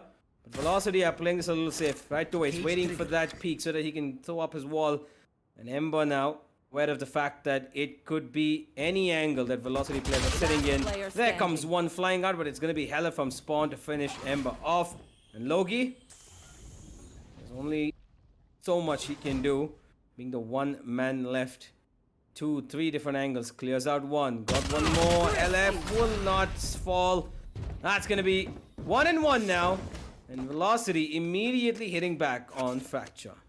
I love the planning for this trip. You just cannot make it up how beautiful the timing and the positioning is for this one in particular. Once again, slow, methodical plays, waited for the opposition to make the first initial mistake, and the contact play, man, was done incredibly. Amaterasu waited for Deathmaker to take the first initial hit, immediately threw out the fault line, and because of that fault line, right to Ace just came in from the corner, opened up the double doors, and got a freebie for himself. With that play, that alone won them the round, and again, Velocity, they're in the best possible spot that they could have hoped for. Playing for a couple of guns on bonus, they can even buy an operator in the hands of MW1 if he wanted to. And we know how dangerous MW1 can be when he has that weapon in hand. But again, they need to be careful because Deathmaker, he's right around the corner. The timing needs to be good. Skargoth's gonna be able to find the kill, but regardless, he gets traded out because of the grenade from his end. A little bit of a damage given to Velocity. Oh, MW1 get Knight Rider before he causes any more damage, but Logi's got a weapon to work with. He even has a cage. The camera coming up in about 15 seconds, and he can go towards the other side if he wants to. Goes for the fight instead, and he whiffs a couple of them. Unfortunately for him, he was not aware of the fact that the B site was filled with Velocity players and the A site was completely empty for him for the taking. And that was kind of because of the position he was in their spawn. He could have been spammed by two different angles. Chose to move towards one. Revenant have taken a little bit of a back foot here. Even though they gave Velocity damage, it's still not enough to cover up the entirety of their mess. A full buy across both sides now. First time they're going to be testing off each other. Right away, still with a Spectre though, as he's got a lot of money in the bank. And Revenant, this time, focusing their measures on towards Arcade. Up though. It's all about the proper timing. I do not like how this is going out. There's a massive push coming on down through from the other end. Ember, his position's gonna get revealed. The grenade's gonna come out. That's gonna force him out in towards the open, into the awaiting arms of Deathmaker. The first initial kill comes in strong, and HellF's looking for more. What a flash dodge! The timing's gonna be enormous. In a killing play, and ladies and gentlemen, with he has nothing to do here. The communication was just so good. Amaterasu from inside of the side threw out the flash, and HellF turned around at the perfect moment. And poor old Knight Rider had no idea what just hit him there. Just look at this one again, man. This was so good. Well, Velocity, what a hold from them. That Arcade push was just bottlenecked in towards its region, and honestly there was no other way around it. Way just worked out for them all. Velocity will be really happy with it. An early domination started off after the first pistol was lost, immediately hitting back, and they are going to be finding themselves 3-1 up and putting Revenant in another ridden spot where they're going to have to try and fight their way out. Early aggression towards drop, and right to his, he will read it and try to stop them, but immediately Revenant go back. This is just to sell out a little bit of a sound fake. Velocity are not sold on this. Looked to be one of the situations you want to be in. Especially when Deathmaker is holding from the top side. Uses one satchel to get up there, but he now has the high ground, and he also is the one to have the advantage. Repositioning himself right in the nick of time. He has the proper timing, he has the proper angle, just needs to walk his way up here. And again, a lot of damage to be done. That's gonna be one angle, but Amaterasu is not gonna be able to spray transfer his way in towards the second. The Rolling Thunder deals a good chunk, but MW1's gonna be able to retaliate regardless. Spike in their favor, and MW1 is now stuck in a pretty precarious position. He needs to watch two angles simultaneously, but HellF is there to try and mitigate a little bit of that control. Knight Rider, is he gonna expect it? That's gonna be the one. Oh boy. What a swing! MW1 had no idea what just shut him down right there. 20 seconds left. They need to take the spike and head on down over into this B side. Oh, they don't They know just the need to hold and HellF. He's playing this It's your guy. perfectly. You got Oh my word. Okay. Ember, you're a demon. A sheriff demon at best. What was that shot, Universe? You know for a fact how difficult that shot is to hit and how it's gonna land. Yeah, immediately Velocity will be calling out for a timeout, which now a little, okay, I get it that they won 3 rounds, giving one back, it is a difficult one that came through, but that A side towards Sands has been constantly attacked, and so has dropped. And Velocity, while they have got control that comes in every single time, thanks to Right to Ace and Amaterasu, it's still not working in their favor as they would want it to be, because Revenant are playing for a little bit of a late game there. While they do give out their sound cues towards A instantly in the beginning of the round and then go back, they leave one player to lurk around so that he can find some nook and corner to go in towards and find himself that cut towards Velocity spawn and punish them coming in from where they will not expect him to. While MW1 was expecting it and he saw Knight Rider get up on top of the wall, that was just plain miss and a half that he will not be liking. And with that 3-2 scoreline, Revenant might have done a little bit of a dent to Velocity. That doesn't mean that they are not going to be able to buy up. A full buy still available for both of these sides. Whilst Nitro and Ember still on half armor for some reason. They can afford to buy it full up. Got the money for it. Right there. To work with, but then again, Bomb it's by all now. about the ultimates and them to I dropped hold the spike. down the side. A 3-man hold towards the B side. This is a lot more conventional because you do have MW1 for these fast rotates. Regardless, it's looking good. The grenade's gonna get thrown. And that's gonna deal a tiny little bit of chip damage on towards the other end, so that's perfect. That's all that they could have hoped for. The timing for a lot of this utility is not perfect, but regardless, they're able to find so much. MW1 smart. That was so smart. He did not commit to the spray. He did not commit to the fight and instantly jumped out in the nick of time. That's gonna nullify any form of man advantage. Never mind, I didn't say anything. Open up the sky! Well, it has forced Helef and Deathmaker off of that angle. That ultimate is a little bit confusing for me. I don't exactly know why Ember tried to put it there. It was a very, useful ult of you use as a fake. But Deathmaker's got so much information. Now they know that this should be an A hit. But the problem is, Right to Ace is all alone. And Knight Rider seems to be going for this wall. Oh, okay, there it goes. Deathmaker's found Ember though. That means the smoker's gone down. And Loki, a little too aggressive for his own good. I don't know why he did not expect anybody to be around that corner. But Wimp will trade back for both of them. And now Deathmaker's rocket, not going to be touching anybody. But that should give him the advantage of information that somebody's around the close corner, not far away. And now they know where Wimp is. The smoke goes off. Deathmaker's gonna throw in a grenade to give him a chipping damage. No, it does not really connect. But the dynamic duo from West Bengal should be able to take care of that one man on top. He's just 40 HP, so one bullet from that Vandal. Top line. Deathmaker should be sticking it. LF will take care of him. Number 4 for Velocity. Shame.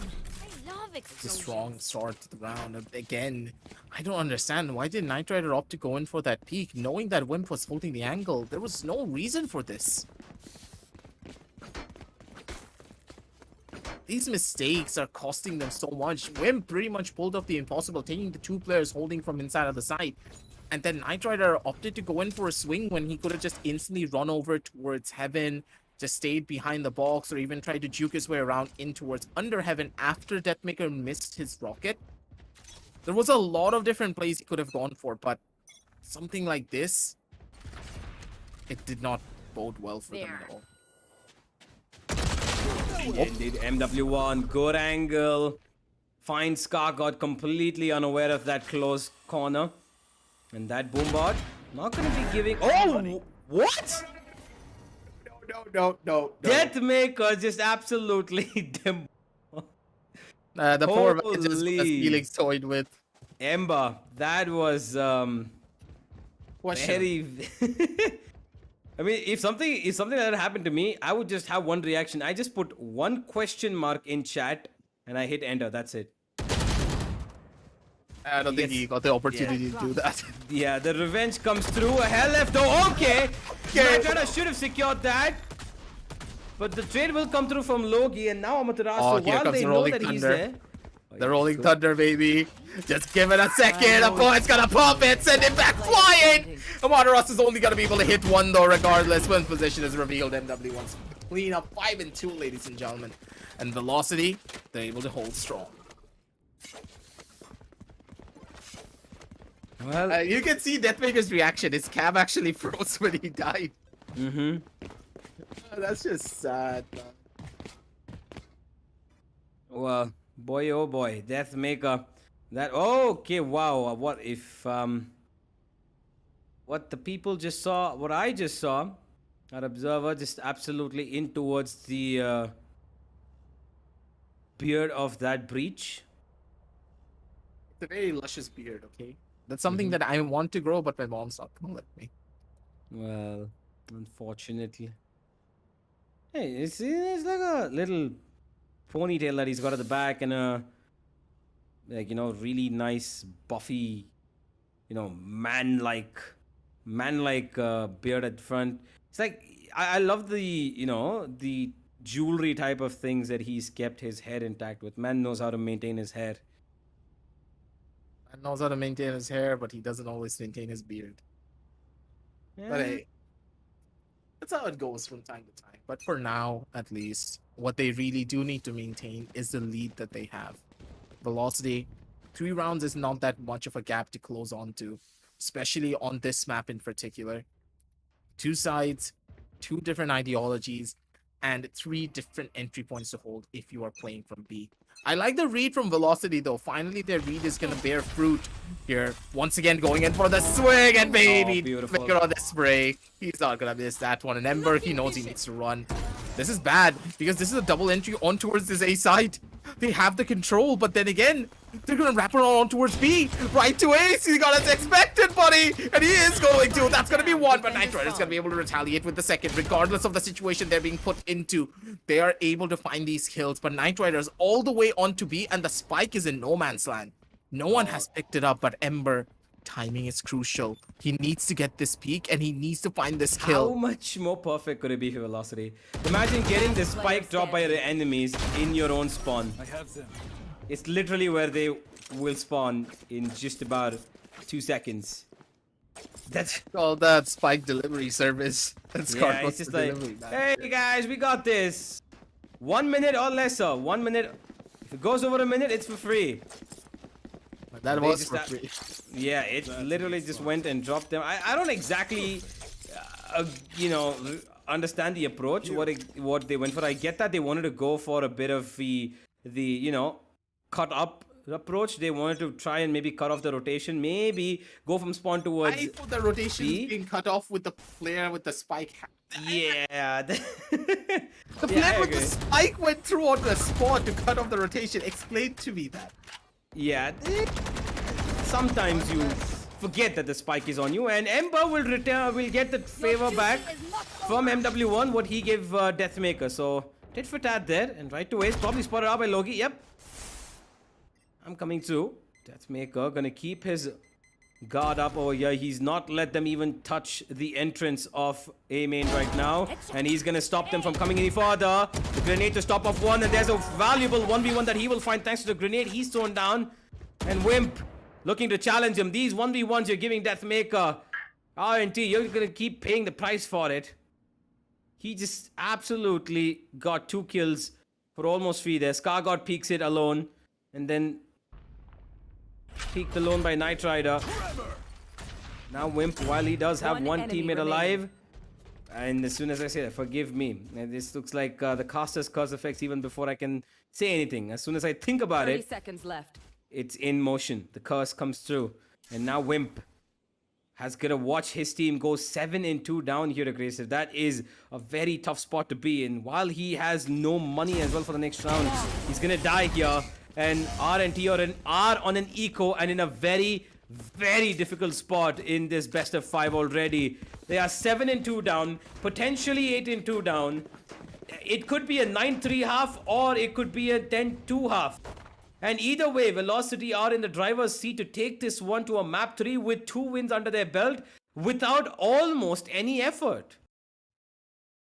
Again, it just goes to show how much of a difference there is between both of these teams. I'm not saying that mechanically both of these teams are far apart from one another. No. I think that they're very well matched on that regard. But the main primary difference is the way that they're approaching a lot of these different cyclings and how their strategy is playing out. Velocity, they're a lot more refined in every single turn that they take. Everything has a purpose of what they are doing, and that purpose is reflected in the way that they're getting a lot of these kills. Just look at Deathmaker. He hasn't pushed a single angle alone. While for the members of Revenant, they're trying to take their own fights on their own accord and It just doesn't look right at all. But again, small problems here and there, but the Down trades A. are still going in the favors of Velocity. Deathmaker Yeah. finds another kill onto Ember, this? and it's just all done and dusted. How do you want to survive this? NW1! Player standing. Oh man, while he just go down, that was such a niche angle that Knight Rider was hiding in the very tiny biggest corner of that smoke in that wall. Gets away from his field of view, but of course his teammates are right around the corner to support him up. Velocity, don't care if they lose 2, 3, 4 players right now. With the amount of money they've got, even Bill Gates is probably going to feel shy.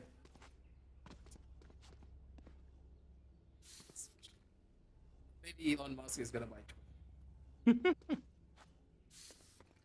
Well, it is the final round here. And Velocity looking in prime position to end this 10-2. Something that I honestly did not expect, given that Revenant chose Fracture, and on their attack, I expected them to be a little bit more proficient. But now, they're being completely pushed off. There's no entry whatsoever.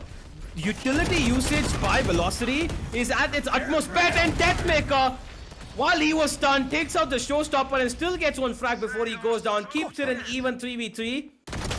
And Logi is gonna just give away his life there. No double peek, no trades whatsoever. While they know Amadrasu's in that corner and they can spam him down. MW1's instead gonna give away his life, and this is gonna be a difficult one. Amaterasu down real low, but right away has a jump on their positioning. And they're probably not gonna expect this at all. Well, they're gonna expect this. They're running over onto A. They know for a fact that a player is somewhere close towards this B side. And they're not gonna risk it whatsoever. A side's empty. They get the plant and right to Ace. Will your name change to right to clutch? We don't really know just yet, because this drop position is quite strong to Spike try and go in planted. for a retake, but he needs to find this first initial kill. And I don't think that he's gonna be able to get it. Not anytime soon. Well, he does have to give away a sound cue to get into this site. And that's done by that poison orb. Spotted, spammed down to 30. Still alive though. Not for longer. 9 and 3, possibly the scoreline here. Unless Last RNT round win another in one the and make it half. 8 and 4, which is again something that they desperately need. A bare minimum at this point because of what's happening. The tactical scoreline of an 8 and 4. On the side of Velocity at least, but still, regardless, I do believe that Velocity, they made the mistake of playing it a little bit too overly aggressive. I understand they didn't want Deathmaker to die without a cause. Amaterasu trying to hold the position of Generator for way too long really did cost them a little bit here, but then again, regardless of the situation, it's fine. Take a deep breath, reset yourself mentally, and keep it down under control. Deathmaker did spot out the tripwire a little bit too overly aggressive here, buddy, but from two sidelines, they're gonna be able to find the spot, and the positioning's gonna be strong. Scargod's good for 1, and Ember's gonna be able to shut down another. They get 1 for 2. And honestly speaking, Velocity, they're in the driver's seat to take this all away. Amaterasu, his position has still not been revealed just yet, but then again, doesn't matter. It's done. It's dusted. Revenant. That was a smart play and a half. Sending Scargod through from the under tunnels and Ember Switching waiting sides. outside of the drop position. Give them the opportunity that they needed to go in for double-sided pincer. And we know for a fact that Revenant, they love their pincer strats. That's what they live and breathe on. Well, 8 and 4, something better than what we were seeing so far when they were 8 and 2 down. 2 rounds that they desperately needed to win, and thankfully they won it with a little bit of patience. Let Velocity make the first move, and Velocity caught off guard because of it. Now with them on the attack, Velocity are splitting up for a B hit here, and Revenant are reading this perfectly. Look at that 4-man stack there. While right to Ace's wall is towards that end. Grenade by Skaga to keep them at bay. There is a fault line to push him back. Deathmaker. First point of contact here. Not leaving anything to chance. Boombot. Line up. Skaga not going to be giving himself up just yet. But that peak. A little too wide and all by himself. Will give him away. And Knight Rider, what? Why would he jump down the wall? Just like that for free. Again, Velocity find kills 1 versus X numbers where it's Player not, standing. that X is not equal to 1. And Velocity find the side for free. There's one kill as Deathmaker just jumps around. Forgive me, Amaterasu just jumps around.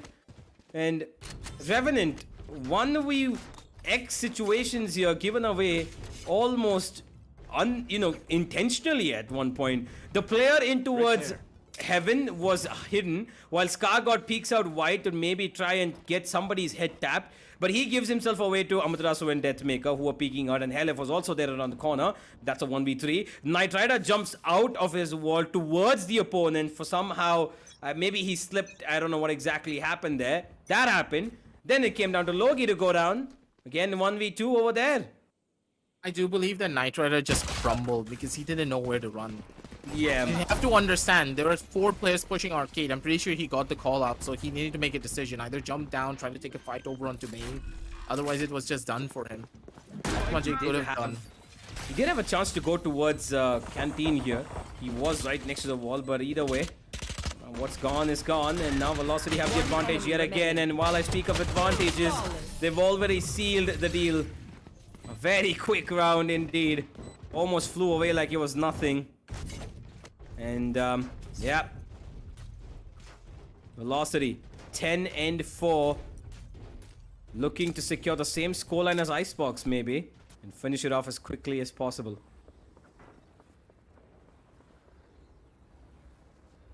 And for scoreline here, ladies and gentlemen, it's not looking that prominent for the members of Revenant now, is it? But then again, this is their bye round, so they have that opportunity to try and reconcile with those losses and just come back alive. And my god, that one smoke completely changed the flow and the outcome of this roundup. Again, why are you trying to push a smoke that has been placed upon drop? And that was a very aggressive smoke. You have to expect 2 players to peek out from 2 different angles. Their attention got divided and so did their players. And with this, they have that opportunity to find out even more. These smokes from the Brimstone are just playing such a beautiful part in going in for these proper holes. And once again, Revenant, they're back in the driver's seat. They should be able to get the 7-5 scoreline regardless, but this was a bonus round for the members of Velocity. Oh, right away, it gets away right timing. And Ember's gonna call this probably to be clear as he walks slowly into his tunnels. And he's gonna call that clear as well, maybe. Velocity playing this as silently and creepily as possible, not wanting to give away anything, waiting for right to ace his wall to make the difference here. There goes even the stars from Helef, and oh boy, Knight Rider being pressured here, but he will be able to find one. There's another one, which comes in the end, while right to ace is only able to secure Wimp towards Heaven. That fault line not give him more. 10-5 indeed, but here's where Velocity's main game starts aggressive. They've got a full buy, and if they win this, the side of Revenant will have a buy coming in, but they're gonna be down deep into the trenches. 11-5 it could be. So this is a must-win round for the side of Revenant.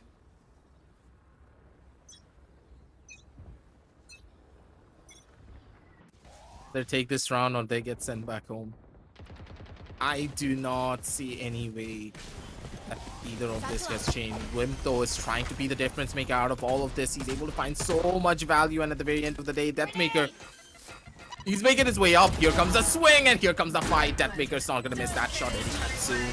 He does find the kill. He is able to equalize it at the bare minimum, but right ways. He's playing such a dangerous game. He's not going to be able to lift one through this, and Helef gets caught off on the flank. They're getting pincered once again from multiple different sidelines, and I do not understand this. Revenant, they've been doing this constantly over and over again. They need to try and retaliate, and Amaterasu going to be the game changer for all of it. Big Daddy reaches out on the server. He is trying to make this change happen. Deathmaker holding from the corner, and Amaterasu once again, the eternal flames burning brighter than ever. Yep, Wimp knows better than to take that fight, runs away, but Deathmaker, he knows that he needs to hunt him down. He's gone far away, Wimp, and he's gonna be able to save himself. Will he though? Deathmaker, who is right next to him, and lets him get away with it. A couple of inches away from each other, but 11-5 it is for Velocity. They don't care whether he saves that weapon. They've done more than enough damage, and Revenant, a timeout that could prove to be the most important one for them, because if they don't make the best out of this 55 seconds that they've got left, might as well say good night to Revenant on Fracture as well. And then comes Breeze, which is going to be even more of a problem for the side of Revenant. Try to give So them a much little bit of a trouble. pep talk. But again, as you just stated, it's a lot of trouble to try and go into this round. I don't understand what's the game plan from Revenant. Again and again, we do see these switch ups happen on a constant basis. Okay. First of all, Revenant, you want to hold this B side alone and you're leaving Knight Rider to do it by himself?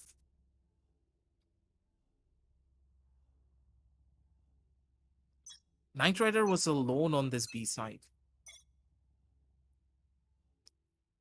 Why?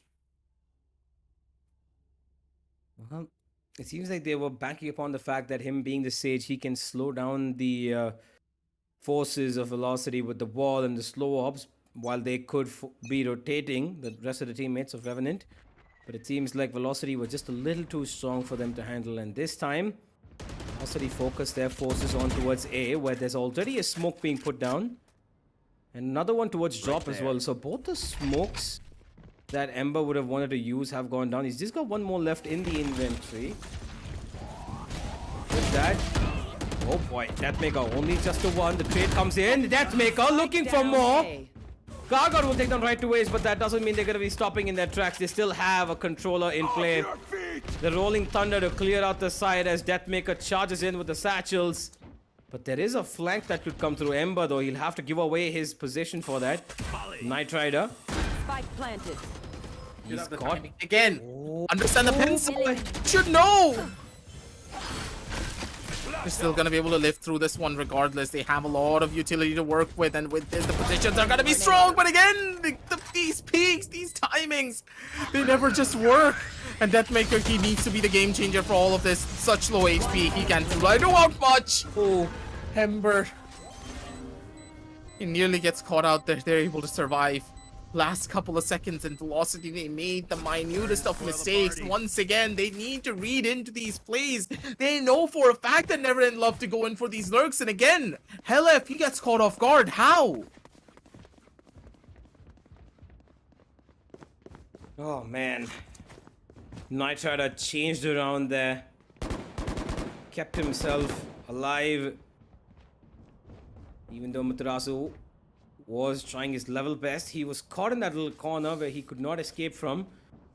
Deathmaker took a heavy chunk of damage from that ultimate, only to find himself going down after the one kill. 11 and 6 though, velocity still much in control, and they have forced their way into this. MW1 will go down trying to look for the orb, but Amaterasu and Deathmaker trade back. Both the players towards drop have gone down, but in the other side of the same map, the same site rather, Skargod's been able to take out one controller. There's still one more left. That's right to waste, and they've even got the Rolling Thunder, but Deathmaker's causing problems of the heavy kind. Right to waste takes a wimp, and with that, ladies and gentlemen, map point looking inevitable at this point. Knight Rider might have a revive available, but his flank this time is going to be expected. Right to waste is waiting for him, and they know that he's coming from this way. Sees him out. Oh, he pulls out the classic for some reason. Will still find the kill though, but Deathmaker's round was what comes to be triumphant this time. And 12-6 velocity at the cusp of moving up in this best of 5 series, 2-0. Looking to clean sweep the side of Revenant on Breeze. Fracture has completely fractured their hopes of winning. Unless a miraculous comeback happens, but aggressive. Look at their money, weapons. They've got nothing. A Bulldog and Spectre are their best weapons. And while they have 4 ultimates to work with, only 2 of them are damaging enough. The Rolling Thunder and the Showstopper from Skargod. There it could go.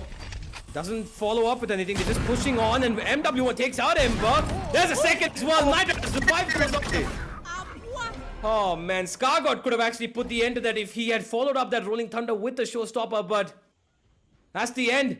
Scargod just looking for information, but HLF will shut it all down. Plays that at perfection with positioning and timing. And Velocity move up 2-0. It's just done flawlessly. No problems whatsoever, and ladies and gentlemen, they take it all away.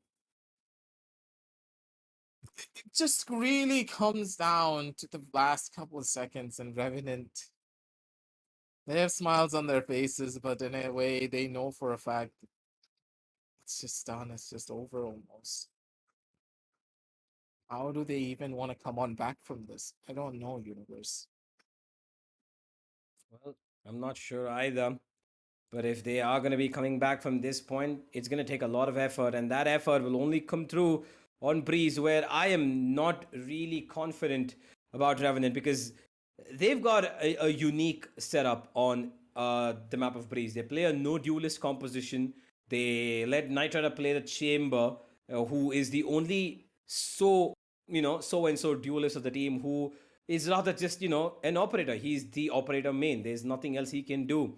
And let's go to the highlights though while we do talk about this, because Breeze is going to be Velocity going in as a Mammoth, and Revenant, they are absolutely under the rocks here. And it's a landslide victory that Velocity could be taking in. And they're hoping for it, Velocity, because this map of Fracture was an absolute shambolic scene if you look at it from Revenant's perspective, because only a couple of rounds, which actually did make a little bit of a difference, did work out. But overall, Velocity were in control of everything, weren't they, Aggressive? They had aggressive pushes on their defense. They had rounds where you did not expect them to win, which they pulled out. And even the fact that their utility was so good, Velocity's utility usage to keep their opponents at bay until that 1 minute mark, 50-second mark was amazing. It was palpitating their success that they've shown so far in this tournament in the upper bracket run, to come in clean, unbeaten in the playoffs so far, and they are looking to go unbeaten entirely by not even giving away a single map in the finals. But yeah, like I said, it was just Velocity's utility on this map, absolutely perfection on the defense. They just were not allowing Revenant to do anything. It's understandable. Velocity, they did their homework, and Fracture is not usually a map that we normally associate with them, but from now on, I think that we have to. It felt so much under control, but then again, I believe that the team has a problem of these mid-round calls from time to time. Velocity, they're relying a lot on their preset defaults and of course these rush strategies to work out in their favor, but when it comes down to these mid-rounds, from time to time I see them falter quite heavily. Revenant, they were not able to take advantage of this, of course, because they still have the same problems as per usual of not really, playing together as a squad in a lot of these cases and synchronizing their ability usage. But any other team, for example, let's say Enigma, GE, they could have taken advantage of problems like this.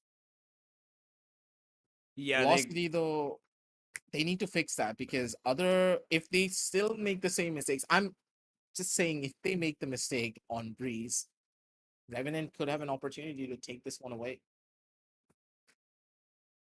indeed, but it's a big if there, Aggressive. It is a big if. I'm really not sure whether or not Revenant are going to be able to, come back on top or from this, because this is such a difficult position to be in. 2-0 down, having lost 2 maps in a very, decimating way. You just got absolutely destroyed. You've not been able to put up significant damages to the side of Velocity, except for 1, 2, maybe 3 rounds at max, and the other ones were, where Velocity made mistakes. So this is honestly a huge blow for Revenant in a grand final of this stature, because the Challenger Series so far has been pretty great for them. But unfortunately, the grand final, not so much. And if you look at the scoreboard, of course, it's Deathmaker yet again with the upper end of things. He's got himself 22 kills. And like I said before, even the map started, Deathmaker's coming into his own on this map of Fracture, and that agent race that he plays constantly. supporting him. Helef, look at the performance. Deathmaker 22, Helef 17, MW1 16, Amaterasu with 16 as well, and Right Twice with 11. Everybody consistently performing for them. Whereas on the other side of things, Scargod and Logista having a little bit of a one to forget kind of a map. And now we go on to the map of on the map of Breeze, where things just absolutely aren't really the best of things for them, because honestly, Breeze, while I do like their approach of no duelist, it is really good. Their attack somehow with no duelist works brilliantly, and that's kind of why Revenant have the attack choice on the map of Breeze. I still think that Velocity, once they switch sides onto their attack, Revenant are having a difficult time, because even the last time we saw them on Breeze, it was same thing again. They had advantage on the attack, but when they went on defense, even without a duelist, with so many defensive characters, they weren't able to keep up. And Velocity absolutely, took care of them. Pick by pick, they found them towards mid multiple times, and I think that it might just happen again, because Velocity just know the code of what Revenant do. Especially after Deathmaker is putting up performances like this. This man is not missing a shot. He's swinging a corner, he's taking a fight, and it's just immaculate to watch every single time. But hey, Yep.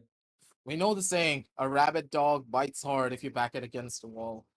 And at this stage, Revenant, they need to tap into the potential that they do have as a roster to have even an inkling of a chance to take out a juggernaut like Velocity. Gods can bleed. They have proven it before when they took one map against them back in the upper bracket finals.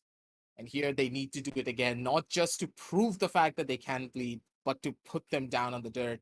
Their backs are against the wall. No more second chances. No more nothings. This is their do or die, ladies and gentlemen. Map number 3 is right around the corner. And hey, we're going to be setting up game number 3, but don't go anywhere. Make sure to check out the links down below in the description to check out Zotac Gaming and, of course, Crucial. And also scan that QR code to get yourself a can of Red Bull, to get yourself energized, prepped up, and ready, because the possible final map is right around the corner. And we're going to be right back with you after a short little.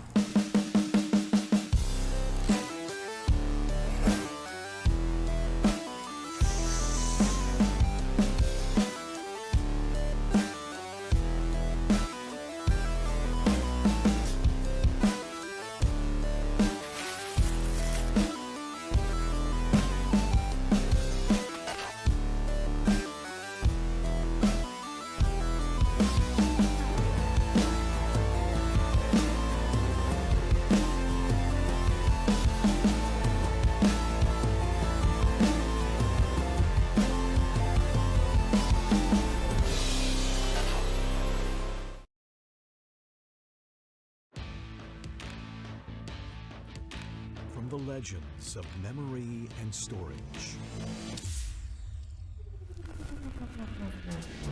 Crucial brings you the ultimate performance in gaming.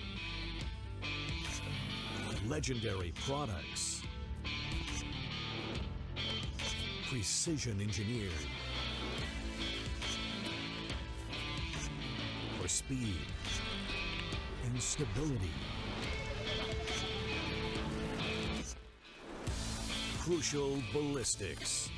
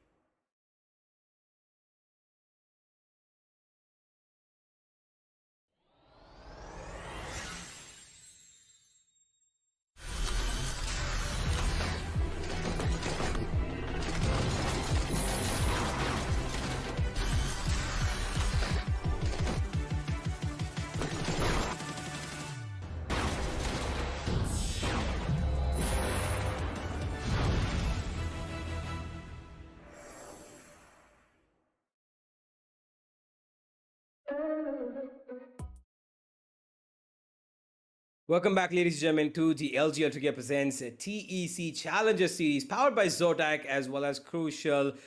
We are having quite a blast here. Well, at least I would say it's the same for Velocity Gaming and their fans, but not so much for Revenant because they've had a bit of a downfall in these first two maps that we've watched so far. And honestly, while we expected this to go Velocity's way given the map pool, it's pretty much turning out to be quite what we all saw coming, but in a lot more dominating way. And as I've got CCV now joining me here, if you look at the score lines, my man, we've got 13-5, 13-6, something that thought was going to be a little bit more closer, at least a 13-10, maybe a 13-11, especially on Fracture, because Revenant had that picked out, but Velocity just, well, it looks like there's going to be a third VG logo on the Breeze map as well if things don't go quickly in the opposite direction. No, dude, that's the thing, is the fact that for the side of Revenant Esports, the maps that we have been seeing them play for the past couple of days here in the Challenger Series, be it the lower bracket, be it the upper bracket, all the matches that they have played in, all the best of threes, all the maps that they have performed on, either are taking place very, very late or they're not taking place at all. They're by far one of their strongest maps, Split, was the first ban from Velocity. I think we had already talked about this, that, Velocity, they were very, very smart with it because they realized that, okay, Revenant, it is a pretty darn strong map of theirs. Let's just get it out of the way. Why do we have to bother going there? They banned it, and that's why Revenant Esports have lost, which in my opinion would have been their own win. Then another map where they have been performing brilliantly for the past couple of days, Haven, is map number 4. As of right now, universe, it is not guaranteed we are going to go on the map of Haven because guess what? Like you said, Breeze is the home pick of VLT. If they win there, 3-0, that's the grand finals done and dusted. Velocity will be our winners. So without Haven being there, without Split being there, Bind as well as the decider map, this puts the side of Revenant at such a disadvantage when it comes to the map veto that they have to perform on maps which necessarily they don't have as much experience on as compared to Velocity. We know the side of Revenant Esports is a new one. We know they've had a lot of roster changes made. The team was announced, the organization Revenant Esports picked up the roster as well, so on and so forth. They have been making waves right here in South Asian Valorant, but still they are against the behemoths that are Velocity and VLT. They are not messing around. Upper bracket finals, whatever happened, Velocity, they were on the verge. They almost could have lost. Whatever issues, tech issues that took place, all that's done. Velocity are now like, okay, it's the grand finals. Not only do we want the 4 lakh rupees first prize, but we also want the glory to be hailed as the esports Esports Club Challenger Series champions. Because after all, that's what Velocity always go for. They go for the accolades, they go for the titles. Whenever you hear the name Velocity, the amount of tournaments they have played in South Asia, the amount of tournaments they've won in South Asia, not just here at the Esports Club, but everywhere, it goes to show that be it the final day, these lads are not going to be messing around. And for that very reason is exactly why I think Breeze, in my opinion, may just go the way of Velocity, because I mean, after all, it is Breeze. If we look at historical data, this is one of, if not the strongest map Velocity have. Their composition is strong. Yes, roster changes have been made, but I still don't think it's enough to shake up their strategies, to shake up their play style. Yeah, Velocity have got a good grip of what they know they're gonna do, and on the other side of things, Revenant, while they do have an interesting map agent selection for this map, I'm not convinced that they should be completely comfortable with it, because I know they go for the no duelist comp. They have Nitro do the work with the operator as the chamber, and when I spoke to them, they did say that that's exactly what they're going for, that meta shift where they want to include chamber because he's the better option as the the main operator player. But on the back of it, you need to have somebody who can get into the sites for you, who can make those dashes possible, who can cause the differences that you need, right? And nobody's really able to do that, because all of their agents that they pick are ones that have just got the single dynamic run in. That's it. And while we go to the agent selection, here we've got this is what we know: Knight Rider with the chamber, Ember with the Viper, and there it is, the no duelist comp for one side. Whereas on the other side of things, we've got Velocity you've got with double the Jet. initiator. Yeah, exactly. Velocity going for double initiator. I mean, this is the same composition, I believe, from both of the rosters that they went for a couple of days ago, where the side of Revenant managed to defeat Velocity. But the thing was, back then on Breeze, it was still 13-11. And after that matchup, Velocity went directly into the grand finals because they won that upper bracket finals 2-1. This was the only map that they lost. As for Revenant, they have had to play a couple more matches down in the lower brackets. They've had to fight their way. Velocity had a bit of a break between those couple of days, and I'm very, very certain they refined the map of Breeze. They were like, okay, guys, if we have just lost 11-13, surely we can improve on stuff. And now with the management changes that they've had as well, obviously we can see CA on our screens. Sleepy has also joined Velocity. It's only going to add to the fire, and it's only going to make Velocity far stronger. So in my opinion, still the job is on to Revenant to deal with this Velocity lineup, to deal with how VLT have been performing, not just for the past 2 rounds, but overall whatever they have been practicing with, however they have been refining their lineup, their playstyle. So without any further ado, let's start off map number 3 of this grand finale. Velocity on defense. Revenant Esports, they'll be starting off this attack by jumping and flooding down the B bomb side. They have taken side control. Velocity very well aware about this, but they can't peek it because the Viper toxic screen prevents them. There was only one member of VLT towards the B bomb side. That was the Viper right to ace. Now more members have joined him and the rotations are taking place, but Revenant are still 5 men strong. The Jester spots Deathmaker. Can he get the kill? Both of them trade HP. Still, nobody has died as of now. Amaterasu can change that if he wants to. He swings wide, looking to spot another player. Wimp is right around the corner. One headshot for him. That's the second, and Sova cannot be stopped. Now he surely can. Deathmaker, all alone, 10 HP. Oh. Yeah, he's not going to get anywhere past that. That's going to be the end of the pistol round. As Revenant start off their attack in an instant rush towards B.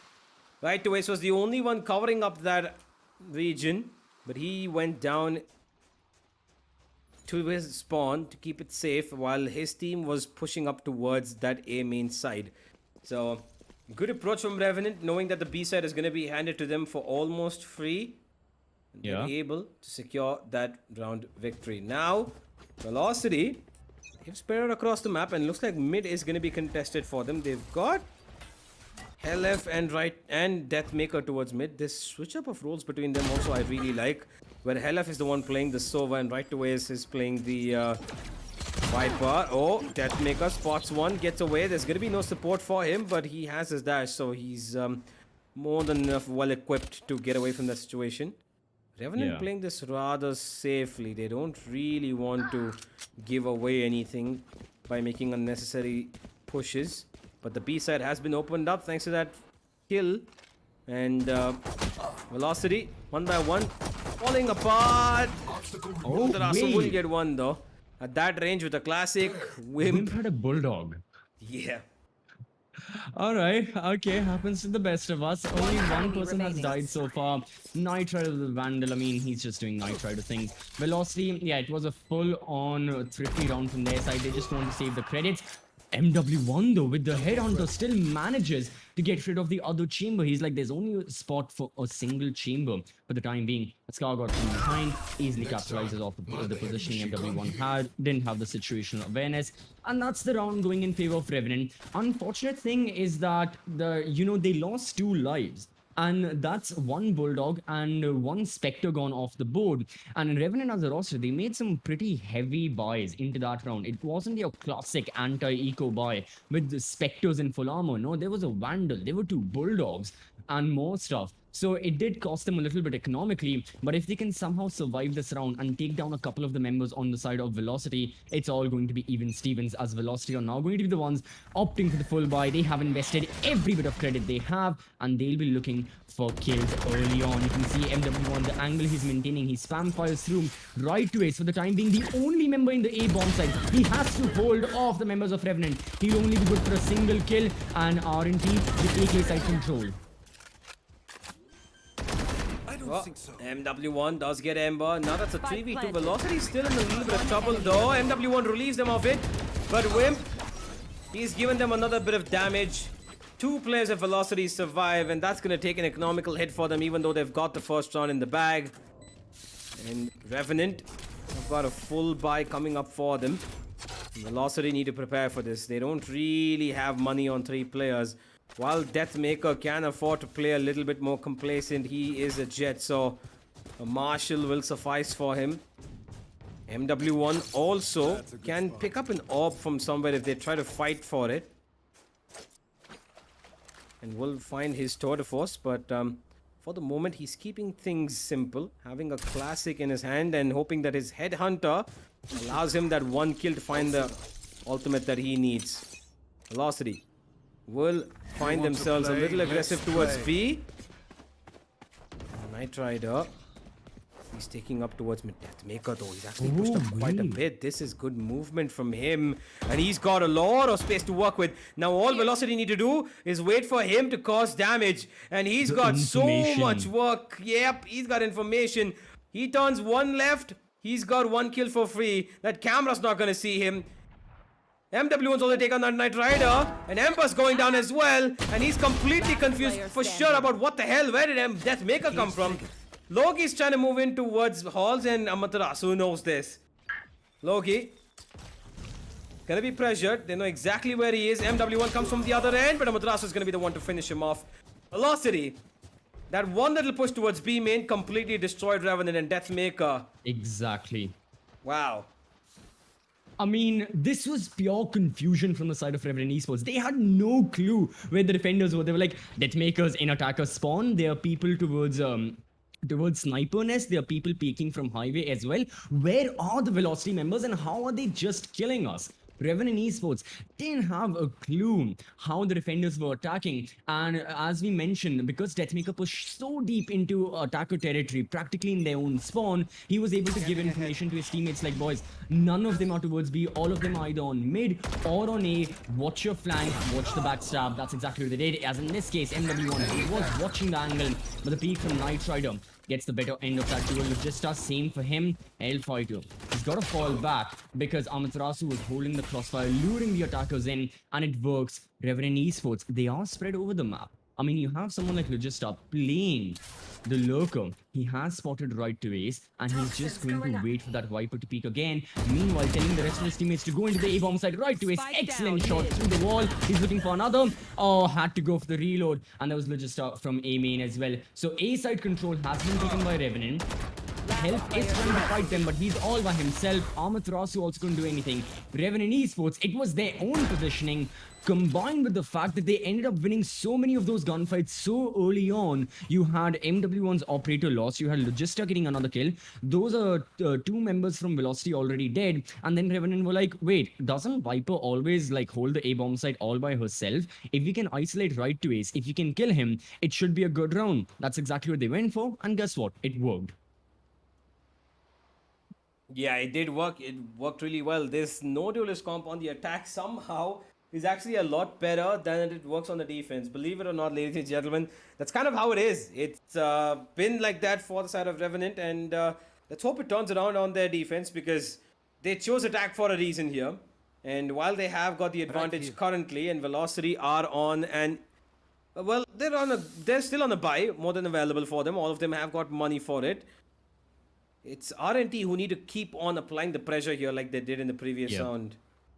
Because Velocity, if they find a little bit of groove to work with, like Deathmaker did in just the one round before, that one little nook in corner that they can exploit, it'll work out perfectly for them. And this time I would expect Velocity to maybe approach mid. I think that the mid region has been kind of sufficiently working for them. Even if not, I'd say that some sort of a push is due from Velocity, unless they want to play off of an operator. Yeah, because that's the thing. With the side of Velocity, they have got the Sova for the information, but really, how much can the Sova do all by himself? This is such a large map. The Cypher is not there on their side. You know, usually what we know Velocity go for is that Health used to pick the Cypher, but without his spy cam, it definitely hinders the ability, especially on defense, for Velocity to get visual information as to the whereabouts of their opponents. Regardless, now it's going to be once more another A-take. Health, he spots the Viper, gets one kill, but Stargod is there with the trade. Deathmaker as well from that corner. He was looking to hold the off angle. It's going to be himself who will be off for this round. Once more, Revenant Esports are like, the A bomb site is where we'll be hitting. They hit the bomb site and it works. And now they're pressurizing Velocity even further by not giving them any space. They're not allowing them to push through. And whenever Velocity are like, okay, they aren't allowing us map control, we have to fight for it, we have to take the gunfights, they're losing them. Out of the 3 gunfights that have just taken place right now, 2 of them have gone in favor of Revenant. Amaterasu manages 1 kill, but against 3 members, he has to go in for the save or potentially hunting down Logista. Whatever it is going to be another round that will be going in favor of Revenant Esports for sure. Yeah, you know what I would like to see Velocity do, because they know that there's no duelist on that side, right? There's nobody who can run away as easily except for Knight Rider. So the one thing that Velocity should be looking to is applying pressure, because if they do that, there's nobody who can actually create that space for them. Revenant are going to be trying to stick together, play in 2s and 3s, which is fine. You know, they will look for the trade to come in. But if you're able to put in pressure with your utility, with Deathmaker pushing in, with, you know, with the KO making the impact as well from Amaterasu, and that knife point giving them no utility to work with, I think Velocity have a bit of an advantage if they go on the front foot, because there's no duelist who can actually combat them per se, because they're gonna play slow and wait for gaps and spaces to work with, and that's how Revenant actually make things work. Finally, Deathmaker on the front foot goes in towards the A main, while mid is being contested. MW1 along with LF there to try and keep them alive. That recon giving no value, but that drone will. MW1 not gonna be able to give anything more than just a tag on to Scargod, as Deathmaker followed with the camera. Logi is keeping such a sneaky eye on him. And with that, Velocity's Everything. Yep. Yeah, exactly. I mean, still, look at Logista. He's holding such a passive angle because Revenant have learned from their mistake. All the way back in that one round where Deathmaker pushed from B main all the way towards attacker spawn, nobody from RNT was watching that. Now they're like, okay, let's watch it. Let's keep someone there 24/7 to watch it. And Velocity, they are getting a bit dicey. They are still peaking the angles, even though they've lost 3 members because they can't help it. They need to get back in the man count. Look at Health. He just completely isolated himself, led to his death. There is that trade. The spike has been dropped, but Velocity only still have 2 members. Revenant have 4. 30 seconds DLT are left. outnumbered. One 2 to enemy 1. Make that remaining. 1 to 4. Deathmaker is now the only person alive. The cyber cage prevents him from seeing anything as the spike now goes on over to the B bomb side. Once more, Revenant Esports know exactly where VLT will be peaking from. They have the countermeasures ready and they know Velocity will Spike peak. planted. That right there is the biggest factor. Revenant are like, we know for a fact Velocity will show their heads, they will get greedy, they may overextend, and it may lead to their death. But in this case, no, it's going to be Scargod. One blade, his life is gone for the round. Deathmaker still has a lot more work to do. But the round, unfortunately, feels like once more it's out of his hands. He spots another player. Can get a headshot. Yes, he can. 3K for him. The rendezvous works. And Deathmaker's out of blades, out of his life, out of time. Revenant get their 5th. Yeah, but it was a little costly thanks to Deathmaker taking out 3 players over Yes. there. Yeah. While their economy is not going to be as hurt as, they would want it to be, Velocity now should have an idea as to how to counter this, because they lose this round, they're going to be in a little bit of a deepened hole that they will not be able to get back in. And surprisingly, we see a timeout coming in from the side of Revenant. I'm a little... Okay, what exactly is this? To maybe throw in a little bit more confusion into Velocity's side. Even though you're winning, you want to try and break them up even more, see how exactly you can differently approach this. So far has been working out perfectly for them. I hope that this timeout and somehow doesn't end up being an overthinking strategy that, hits their faces. I think it's more like, I think for both the teams, this is less of like a tactical timeout regarding strategy and more like just like all the players and the coaches getting back on the same page as to where they are. Because we can see that instead of the coaches just talking 24/7 and telling something, from what we can see from CS Cam as well, it feels like everyone in Velocity is talking to each other, and the same can be said for the side of Revenant Esports as well. Everyone is talking to each other, everyone is giving their input. They're like, okay, this has been working for our team, this hasn't been working for our team. Can we change this? If yes, if we can change this, how exactly can we? But in the meanwhile, it looks like there's going to be a little bit of a tech pause as well. Hopefully, Velocity can solve that and won't take a lot of time, because they need to get back on winning ways.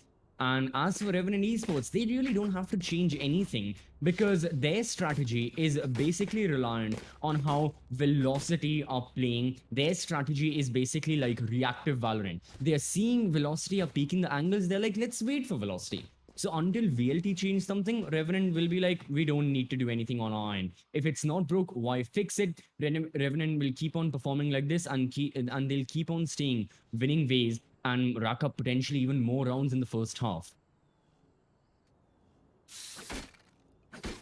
Well, you might just be right here.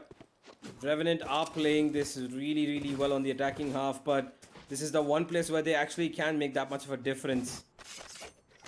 And the problem with its entirety for Velocity is, while their attack is really good, and especially Deathmaker being the one man who can, slice them into two, is that Velocity need the pistol round of the defense as easily and comfortably as possible, and at least secure this half, maybe 7-5 or 8-4, and not let it go any worse, because Revenant are playing this really well at the moment.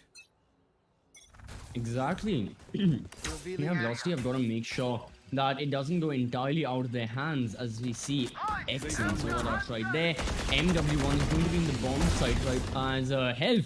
Oh, wait. He helped out, went above and beyond with that Hunter 3 as he gets rid of Stargod, one of the most important initiators when it comes to an execute. Still, Revenant are not going to fall back. They have 3 members in the B-bomb site. The Viper Split is going to go through. This is a bit dangerous. All of them are in the bomb site. Velocity can just group them up and kill them one by one. Logista swings wide. His location is then suppressed for a temporary bed. Sees 2 members, can't get a kill. Night Rider, Ember, they peek together and it works. Revenant are still down in numbers. The revive may just... No, it can't happen anymore. Right Twist in the act of doing so. He's gone. Elf is on a spree. A triple kill for this man. Sova versus Sova. He's going to go for the half. Bim knows about the location. And it... Oh, wait. Sorry, that was Amaterasu. Elf is still there with 70 HP. He's looking to stick it on the half. Oh, no. It can't be. He was waiting for the half tick to be there. But he was ticked off and checked off this round, it's going to be another working in favor of Revenant. I mean, they took a gamble. They stayed on the B bomb side, even though the KO died. They went for the Viper split. They peaked together, and that triple kill that they got with the two members, that was the major instigator that allowed them to win. Indeed. 2-6 now, and Velocity back on the eco of sorts. They've got two Vandals to play with. Hero Vandals. And they are looking to maybe pull off a thrifty here. Deathmaker needs to be the hero along with Amaterasu. And they are pushing up towards mid, allowing at least Deathmaker to push up towards mid. And oh, and he's been spotted. There's one. Deathmaker drops a spike, and now he's going to throw a Revenant into a worrisome position. Ember looking for one. I think he spotted out Deathmaker, and there's the reload. Deathmaker wide out in the open. Not a position that he wants to be in, and right away is stuck out over there. Ember looking for more, but Hella's gonna put a stop to him. Weapon to work with. 2 versus 3 now. And Amaterasu has sound cues to work with, but his teammate's fallen down. And now even he's given away his position. Logi knows exactly where he is, and he's gonna finish him off. 7 and 2 here. And Breeze looking so far really good for the side of the attackers. Yeah, Velocity for their side, the thing is that people who can really slow down and execute are the Chamber, obviously, the Viper, and then to an extent the KO can, but only for a very temporary bit of time. Only very temporarily, using his 0 point and using his fragment. It won't delay the attackers for a long time. So Velocity have to rely on their star performers. They have to rely on their fraggers to try and get a kill early on. But the thing is, they get traded out, and Revenant managed to win those duels time and time again. Right to ace as the Viper has been a casualty towards A main, towards that A bomb side, and he's got to make sure he doesn't give up that. As MW1, he's got the operator back in hand. Deathmaker also wins this duel, and this is more what Velocity want. Gunfights going their way early on, putting pressure on Revenant Esports since the very start of the round. Now MW1 is gone, puts a bit of pressure onto Amaterasu, who spots Logista, who was going for his classic lurk up kitchen. Deathmaker now towards highway. It's one, but Wimp is there with a Vandal. Now 25 HP on this man. He's entirely flashed, so was Amaterasu, but he doesn't care. Still lands the headshot. Velocity, they lost a bit of manpower. Can they get back the operator and still take home a couple of guns for the follow-on round? Well, they've got 2 more rounds to somehow solidify this half in a decent favor. 7 and 5 looking like what they want to aim for. But I will say that Velocity, while they had a good read of that round, the pressure towards mid made best of use. They're going for it again. Deathmaker and MW1 towards B tunnels have left B main somehow completely empty, which I am worried about, but they realize that actually nobody's going to be pushing in through there. They have secured Knight Rider's position, which means that they know that the operator could be around here, and they're not really worried about B main. Look at that Velocity gambling this really well, and the A side being heavily attempted to penetrate into. The Hunter Fury comes through as right to waste, tries to maybe get a tag, get a kill from that snake bite, and his poison orb as the tag comes onto it, but Amaterasu found 2, and Ember's been spotted out. Amaterasu with the 3rd, hell of a take out the 4th through a wall bang on Halls, and Knight Rider with 2 HP. Trying to bait out somebody to push in from that smoke screen. As Deathmaker gets closer to him. 1 bullet. That's all that's needed, and Knight Rider has no clue where these players are. And MW1, oh my god, eats excellent a flick flick. and a half. Oh, okay. LF. He got it. He got it. Yeah, he got it. Yeah, he got it. Last round. But before the anyways, switch. alright, Velocity, they've managed to salvage to a decent extent this half. I mean, they'll still be at a deficit regardless of what the final score is. But if they can get a 7-5, they will really be, I wouldn't say satisfied with the half, but they'll be content.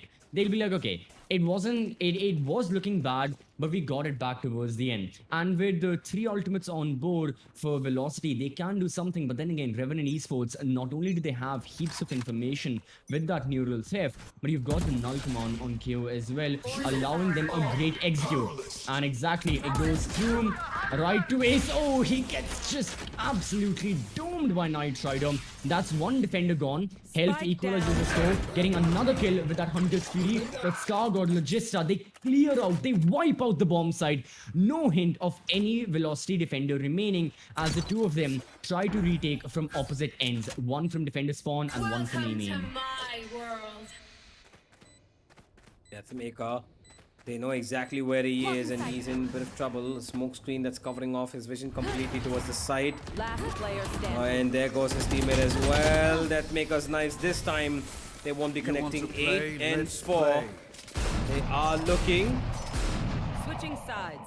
for the half to be secure, at least as a bare minimum of a lead of 4 rounds. But here's where the problem starts, ECV, because on their defense, they're actually a little fumbly, even though they've got 4 players, all 5, agents, which are very defensively, proactive. The KO, the Chamber, the Cypher, and the Viper, as well as the Sova, all Yep. are pretty good on defense, but R&D actually struggle on their defense on the Breeze. And Velocity, their attack is impeccable, and it starts with this pistol, which I believe is going to be towards the A side. Yep, there it is. Rasu clearing out any close corners. Nobody's around them, but the rotations have already been called in. Deathmaker dashes in, a little too aggressive. No trade comes back either. The grenade keeps them off, and Scargod, he's supporting Ember. Ember's found 3. Scargod only with the 1. And Revenant have won the pistol like it's nothing. Why did all of Velocity's players try to push in from A main and nobody actually came in from mid to try and split it across? They got And- bottlenecked. Yeah, they pushed the poison cloud, they pushed the fragment, they pushed the toxic screen, everything. They had no information. Look at Scargod. Nobody in Velocity was looking at him, with the exception of Right to Ace, who eventually realized that, okay, there's the Viper towards the left. But only Right to Ace got that. Everyone else in Velocity was focusing towards the pyramids area. And it just ended up working in the favor of Revenant because they realized exactly that Velocity will be pushing through a main. Let's wait for it. Let's maintain the crossfire. It worked. Revenant now, they're going for a proper anti-eco. You can spot full armor. Marshals are there. Wouldn't be surprised if you can see Spectres. Yep, Ember's got it. Velocity, they are going for plain and simple eco. They don't want to take any risks. And this is now getting a little bit dangerous for their side. Because this round essentially guarantees the 10th for Revenant. It is, after all, their anti-eco. Revenant do not seem like a team who lose out to Classics when they've got Spectres and Marshall on hand. But still, Velocity are looking for that A take. Another kill for Knight Rider. He is alive. He'll be good for a Spike third before he down, goes one down. enemy remaining. All by himself, this man managed the to take spike. down 3 members, delay the attack for a lot longer because now the reinforcements are here. Ember gets the final kill, and this means that Revenant Esports, yet again, they'll be taking a simple anti-eco to their bank. Yeah, but here's where the real game begins. Velocity on the attack are pretty confident on Breeze, unless Revenant are able to seal the deal right here. Because if Revenant are able to pull out this bonus round, might as well say goodnight. But Velocity yet again with this motion towards A, where they're all looking to go towards the one position where they can be bottlenecked from. Nobody even going in towards halls. I am not really confident about this approach from them. While all 5 players towards one place seems like a good idea to, outnumber whoever's on site, problem is you can get bottlenecked. The knife goes in, the wall should drop down in about a second. And there's Deathmaker looking for the force. Ember will trade back, but Amaterasu immediately. Scargod comes to the wall and finds 2. A double with that Spectre has caused Velocity more than enough damage. Even if they don't win the round here, Revenant, they've done what they needed to. And that is drop those weapons. Last player The standing. backstab not gonna work out for much. And Wimp, sound cue given away. Right to Ace knows exactly where he is. He will snuff him out, but Velocity have lost quite a bit even though they've won this round. And they are on the strains of economical damage. While they will be able to buy in, a much needed timeout from them has called in, and they should be looking for something different now. Okay, for the side of Revenant Esports, they are relying on one very simple thing towards the A bomb side. That is that toxic screen from Viper. I mean, that is helping them so much because it entirely blinds Velocity. And I'm not sure why VLT are doing this, but they're just choosing to push it. Everyone does. I get Deathmaker. He is your jet. He is the dive agent. He is supposed to be the spearhead of your attack. But then the follow-up members as well, they are still pushing it. They don't realize where the members of Revenant are peeking from. Stargod has been doing an excellent job of holding so many of these off angles. In the pistol round with the Ghost, he got a double kill. Right now, with the Spectre against Vandals and Phantoms, he managed to get a double kill as well in just one magazine. Because of the positioning of Revenant, Velocity are still pushing it nonetheless, and it is really punishing them. I'm not sure why Velocity are trying to brute force their way so early on into these rounds when they can take their time. Yes, you will be giving your position away, but take your time. Go towards mid, go towards highway, go towards castle, focus on B. There are many things Velocity can do that Revenant were also trying. Revenant in their own attack was spread out. Velocity, now it seems they have taken their advice as they are spread evenly all over the map. I tried up. Little aggressive towards halls, but Velocity expect this, so they're playing a passive game this round. I've split across like you said. Cage 3. That knife gonna give Logi away. 3 players on towards B as Wimp whips out his Andy drone to get some information, which is probably going to not spot anybody. Yep. And the rotation should be coming through. Wimp is going away from there, but so are Velocity's players. And the A side is actually being held very passively. Perfect. So, Velocity, will they have a chance? Teleport's ready. It's Night to stop them in their tracks. One operator shot and run away from here could throw them off.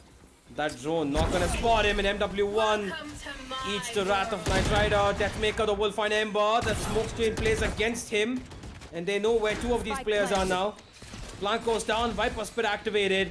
And this is Velocity with a rather unique Viper Spit that I have not seen before. It's a very passive one, yeah. Logista can spoil the party for Velocity, but if he dies, everything goes off. Now Revenant, they are man down. All 3 of the members are pressurizing from the A bomb side. They have to push the Viper Spit. Things are not favoring them. Vim peeks wide. He gets one. He can get the Viper. He does. In one spray, he gets them. Health is still alive. During the null command, Amaterasu was caught off guard. It's all down to the Sova. They know about him. He still peeks and he can't land the shots. A 4K for Wimp, allowing Revenant Esports to win this round that in all honesty should have gone the way of Velocity because of how much they invested, because of the angles they were holding. But Wimp spotted this one gap, as we can see on the instant replay. He was like, I'm going to peek this. And guess what? He's Wimp after all, man. Not only does he land the flicks, he also lands the sprays. And then he peeked wide, got a total of 4 kills. And Revenant now have 11. Yeah, slowly but surely, this map of Breeze is walking away from Velocity. Quite didn't expect this to happen. But that one round from Wimp might have just done it, because Velocity's momentum should have been solidifying with that round. They would have been 6-10. And that's where the comebacks usually start happening. But Wimp walks in without any fear, finds the round all by himself, and has given the side of Revenant a hope to cling on to. Not done yet. It is a grand final of 5 maps, and even if they've lost 2, they can win the next 3, is what he believes in. And with this timeout, that confidence boost should be coming back for them, as even after they win a round, timeout coming through is not something that you see very often. I mean, yeah, fair play. You know, they're taking the timeout. Both of the teams, they have very different objectives, but a timeout can't like be anything bad. If only it makes the team better. So now that we're done with that, I believe there's a slight tech pause again. Hopefully, it gets resumed as soon as the last one did. But overall, Revenant, they have an iron grip over this map. they have realized Velocity's weakness both on defense in the previous half and even on attack. They're playing against it. Strategically, Revenant are doing things really good, but it's also about the amount of kills they can find. Win, Stargod, insane stuff from their side. They position themselves in such a manner. Get so many of those frags, and Velocity are just left with their heads in their Get hands. out of Like, my way. how did they get a 4K? How did that person get a 4K? But regardless of that, Velocity once more. Cheap buy from their side. It's roughly a thrifty. Don't have the best of guns. Revenant have got rifles. This practically feels like Oh, match no. point Regista. Hunts down MW1.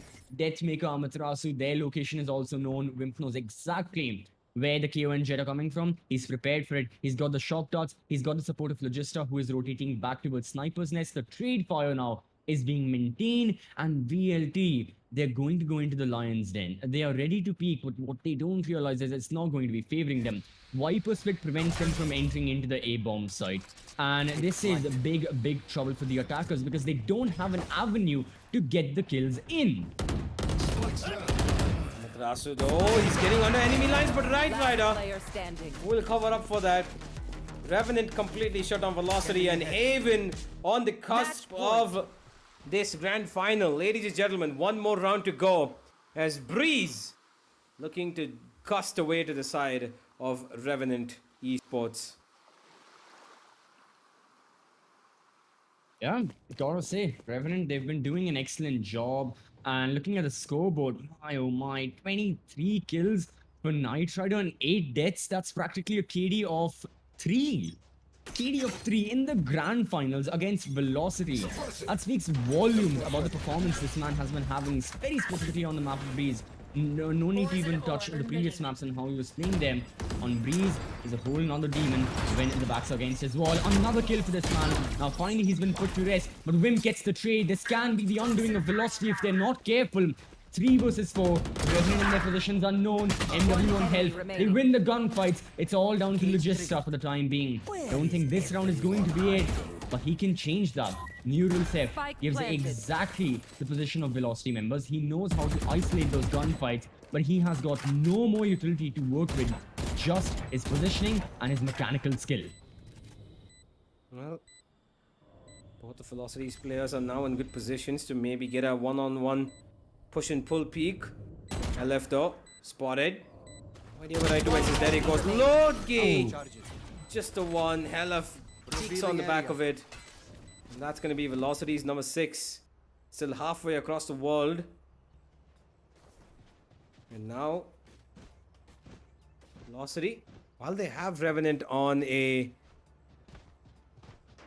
bit of a rope, not something that they should be proud of because theirs is almost cut off, just about an inch of life left on it.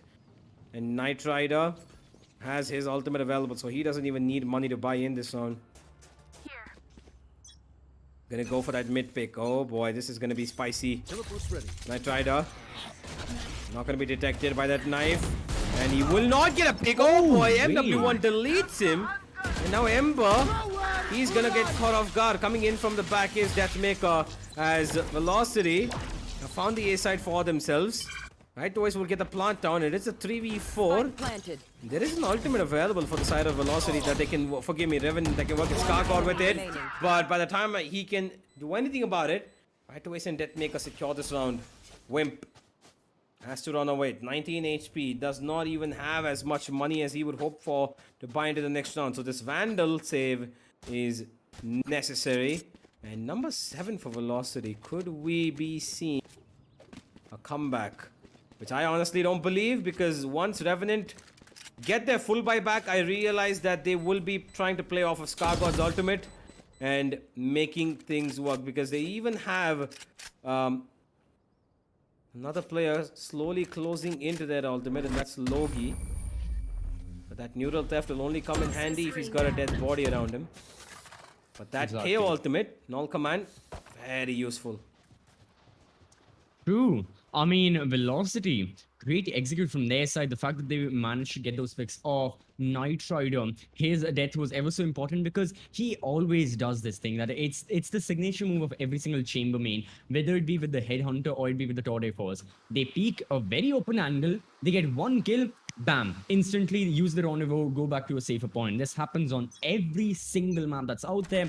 Part of what makes Chamber so special. In this case, Velocity denied him they got the first kill. There was one sentinel gone off the board in your defense. You were going to be handicapped, and that's exactly what happened to Revenant. Commanding way with which VLT took that previous round, but they still need to win 5 rounds consecutively in order to have a chance against Revenant in overtime, which, I mean, that's not even going to overtime. That's still a very far-fetched possibility. But with Revenant peeking so wide, they may not realize what they're walking into. 4 members of Velocity now on towards the B bomb side. MW1 trades his teammate. Wimp manages to get 1 kill before even 3 guys. Now Revenant members are back up in the bomb side. Look at them right behind the toxic screen. Health, it chooses to push it, and he gets 1. He falls back. And now Velocity, they have taken side control. Revenant are still aware where these attackers are. They want to push them off. Ember lands a great shot. First the snake bite, then the sheriff. Now it's time for their doom, or it can just be the doom of this Viper if he's not careful. Ooh. Second away from getting that kill. Number 8 for Velocity, but this is Revenants for the play. They've got all of the money in the world to buy whatever they need. And they really don't have any issues at the moment. Unless Velocity dig them another grave to get 12 and 9 up. Quite a late awakening for Velocity, honestly.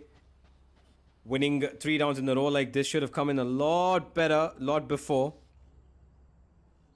But hey, never too late is what they say.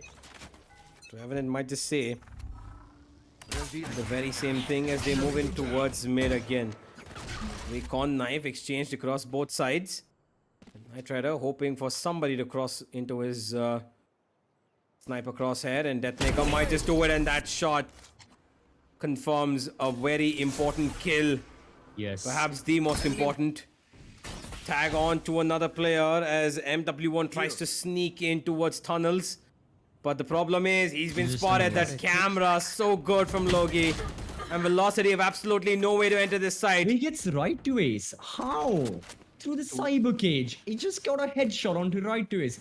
That's your controller gone. Universe, Velocity are now without their only controller, without their only duelist on attack on the map of Breeze, which is already so open. How are they planning on winning this? Because honestly, this may just be the final round of Breeze. We'll be seeing the fragment go through. He just has spam fire, and he gets a total of 3 kills within 1 spray. Manages to get 2 of them, and in a flawless manner. The side of Revenant Esports, they managed to take the first map in this best of 5 grand finale. Now, they got off to a slow start overall, but this can be the start of something special. I mean, after all, when you are in the most desperate scenario, that is when some of the best moments are created. Who knows, this can be Revenant setting up on that journey. For the time being, happy faces on their side, just are smiling. And Ember, still very, very serious. Yesterday, after winning the decider finals, Ember had 1 smile. That's all we got out of him. So he's a very serious man. And Revenant know that it's a very serious job up ahead of him. But still, congratulations for taking the map of Breeze. Done an excellent job. They countered Velocity perfectly. And they proved almost everyone wrong. They were like, if we have defeated Velocity here once, no matter what new tactics Velocity try, we will defeat them once more. Yeah, they will. Let's go to the highlights as we do have a look at what happened on Breeze. Quite something, as I did expect Velocity to overturn the tide on their attacking side, but Revenant, a brilliant job of solidifying their defense on the map of Breeze. While it did have a couple of holes come in towards the very end, overall, an amazing performance. The attack perfectly executed, that 8 and 4 half with no duelists on them. Just brilliant stuff. The way they went together as a team, their splits coming through, their fakes, the pushes towards Hall and mid. Amazing stuff from them to take so much map control and work on the back of it, while Velocity have now got another map to win. If Velocity give away Haven as well, I'm going to be getting worried for them. But Breeze, honestly, a map that we really expected Velocity to win and maybe, finish this off 3-0. Turns out to be that it's not going to be the end. Revenant have beaten Velocity on one of their best ever maps. Absolutely, yeah. on Revenant Esports, from going and defeating Velocity on one of their best maps to going to one of their own stronger maps as well. Next will be Haven. It's going to be interesting seeing because Revenant themselves, they have made a lot of compositional changes, the agent archetypes, more specifically the agents they choose. They have been taking a turn. So it is going to be interesting seeing their finalized composition. Like, have they made any final changes after yesterday's matches? Have they realized something can be better? Have they realized something can be different? And then for Velocity as well, we'll be seeing them on the map of Haven after a bit of a while. I mean, last we saw them against Revenant only when they end up winning 13-6. The thing was, who knows? This time, Revenant, with the newfound confidence that they've had, winning on Breeze, with how the players are performing as well, they may take the win. But it's still a may. It's still an if for both of the teams. Haven, as of now we can't really predict what's going to happen. All we can do is wait and watch for the players to get up into the server, get into the server, and then start performing, start playing against each other. But in the meanwhile, still taking a look at the highlights, yeah, Revenant did an excellent job shutting down these attacks from Velocity. Had the toxic screen, the fragment was there. This pistol round, I mean, it was something else entirely. Velocity had no clue what they were walking into. Ember got a double kill, Scargod got two, Knight Rider as well with one. Practically meant that the side of Velocity could do nothing with the way they were brute forcing into the A-bomb site. Yeah, indeed. Velocity caught off guard so many different times on their attack. There's only a couple of rounds that they were managing to put themselves up, and that was one of these bonus rounds. But then that 4K round, this one right here from Wimp, brilliantly done. The second one as well, through the smoke, exactly knew where right away is going to be held. Finds Amaterasu in a very awkward position. And of course, the final kill onto Helef. A flick and a half from him to secure number 11. And while the next couple of rounds did go Velocity's way, here's where things settled in for Revenant in the end. Velocity completely caught off guard by the utility play. They did not have their own utility to play off with. They went for a couple of aim duels that just were not going to be working out for them. And eventually, it fell all into the grave. This was the one where I quite did not go in for it. This recon, while it gives away the position, they walked in through a cage looking all towards one direction because they got distracted. And Logi finishes it all off. And yet again, the man on top, Deathmaker. 19 kills for him. But on the other side of things, yeah, 25 for Knight Rider. Wimp with 20. While Deathmaker's keeping himself a little consistent, this map belonged to Knight Rider. Absolutely. As the chamber, every single time Knight Rider was openly peeking an angle, you know exactly what he was doing. Even Velocity knew exactly what he was doing, but they couldn't counter him because it's just the reaction time this man has. Even if the opponents pre-fire an angle, somehow Knight Rider still manages to get the drop onto them. Average combat score 298, average damage of 190. This man could not be stopped. Every single angle he held, every single gunfight he took, he had such a dominating presence that at one point Velocity must have been like, how do we kill him? How do we get the frag onto him? There's no way we can potentially even reach. There's no way we can possibly reach him. But I gotta say, excellent performance. You know, be it the Jet, be it the Chamber, he fulfills every single role. And Revenant do an excellent job of rotating their players and the agents they're playing. You know, their agent archetypes, all of those are in rotation as well per the specific map. And Breeze is no exception to that. The no duelist from really works on Haven. I'm looking forward to seeing exactly what they go for. Maybe, potentially, we may see the Astra for another time, as we saw earlier on Fracture. But those are still questions we'll be asking ourselves later on. For the time being, we'll be taking a very, very short break. Everyone watching, make sure you go down in the description, get yourself monitors from LG Ultragear, get yourself graphic cards from ZOTAC Gaming, and the fastest NVMe SSDs from Crucial. Till then, we'll be right back.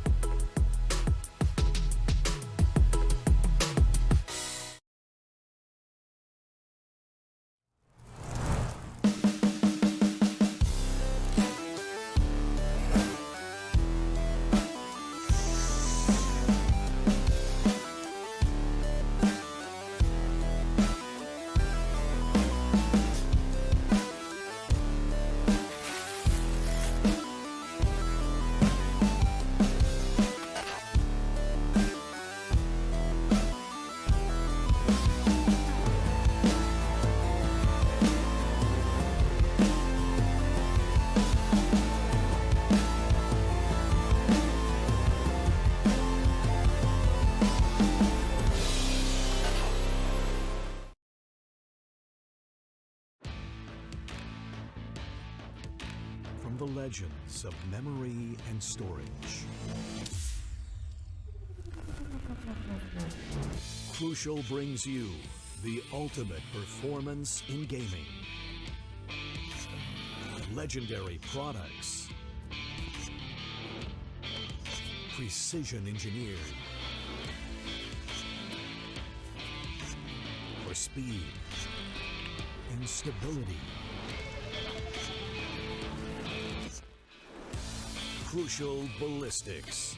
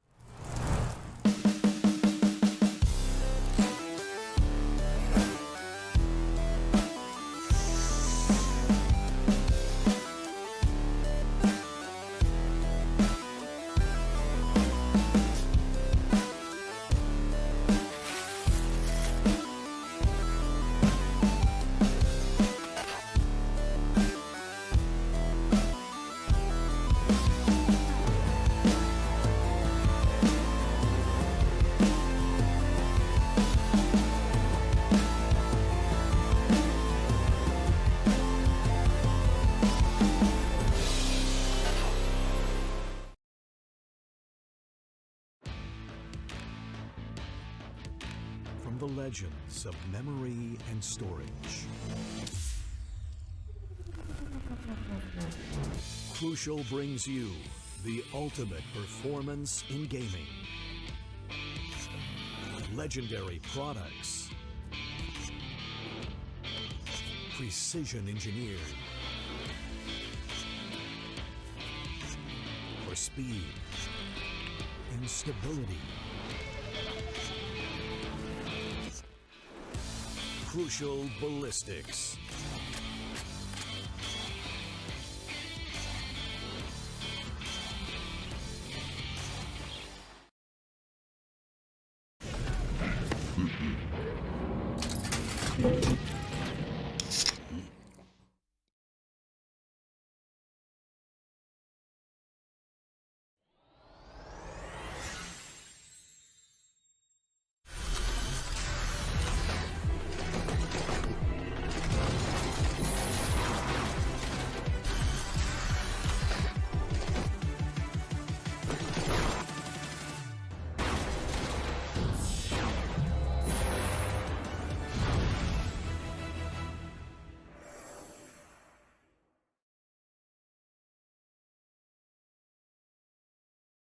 Welcome back, ladies and gentlemen, to the LG Ultragear presents TEC Challenger Series, powered by Zotac as well as Crucial. It's been quite a series that we've seen so far. While we expected, many of us did, for Velocity to take this at 3-0 after we saw the map of Breeze being the third one, Revenant go ahead and prove us wrong to try and take it all the way.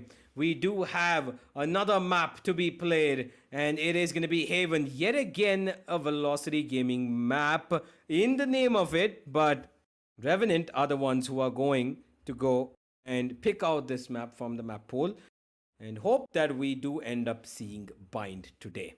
Now, I am concerned about Velocity here because it's been a while since Haven's kind of fallen in their favor as such. They are good on it. They are good on it, but because of MW1 stepping in the roster, there's a role that he needs to fill in that he's not particularly comfortable with. So I want to see how exactly it goes off over here on the map of Haven, because Yes. I do expect it to be a lot more close than all the three maps that we've seen so far. Honestly, Universe, I think on the map of Haven, not going to lie, the second half is going to be what decides everything, because we have been seeing Revenant Esports play Haven a lot, especially against Reckoning Esports. Earlier in the Challenger series, they played it twice. They end up winning both of the times, once 13-5, once 13-9. And the standout feature was the fact that R&T managed to win like 9 rounds on their defense, and Reckoning only managed to win a single on their attack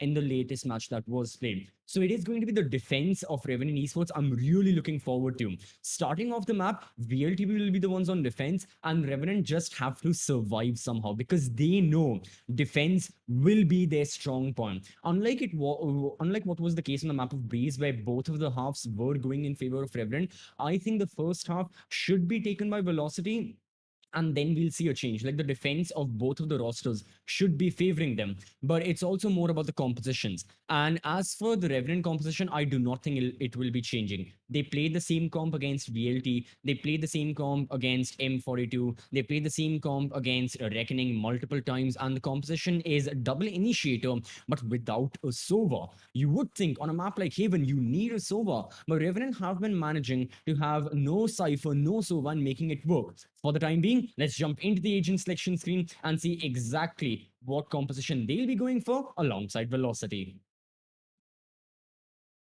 Well, we do have an Omen. Right to Waste has gone for it. I think this change of controller role that's shifted up from Helef to Right to Waste, and Helef trying to take up the initiator role, has been quite a challenging one. And MW1 on the Killjoy. Okay, not something you see every day. On the other Yeah. side, Revenant have got Knight Rider on the Jet, Wimp on the Sky, and no information-based agent as solid as the Sova. It looks like there is no Sova on either side, but that KO and Breach difference is going to be working out. I love that Skargar's gone for the Breach, and there is quite an interesting setup over here between the two teams. Yeah, for the side of Revenant, they're going to be going for the same composition as I was just talking about. No Sova, no Cypher.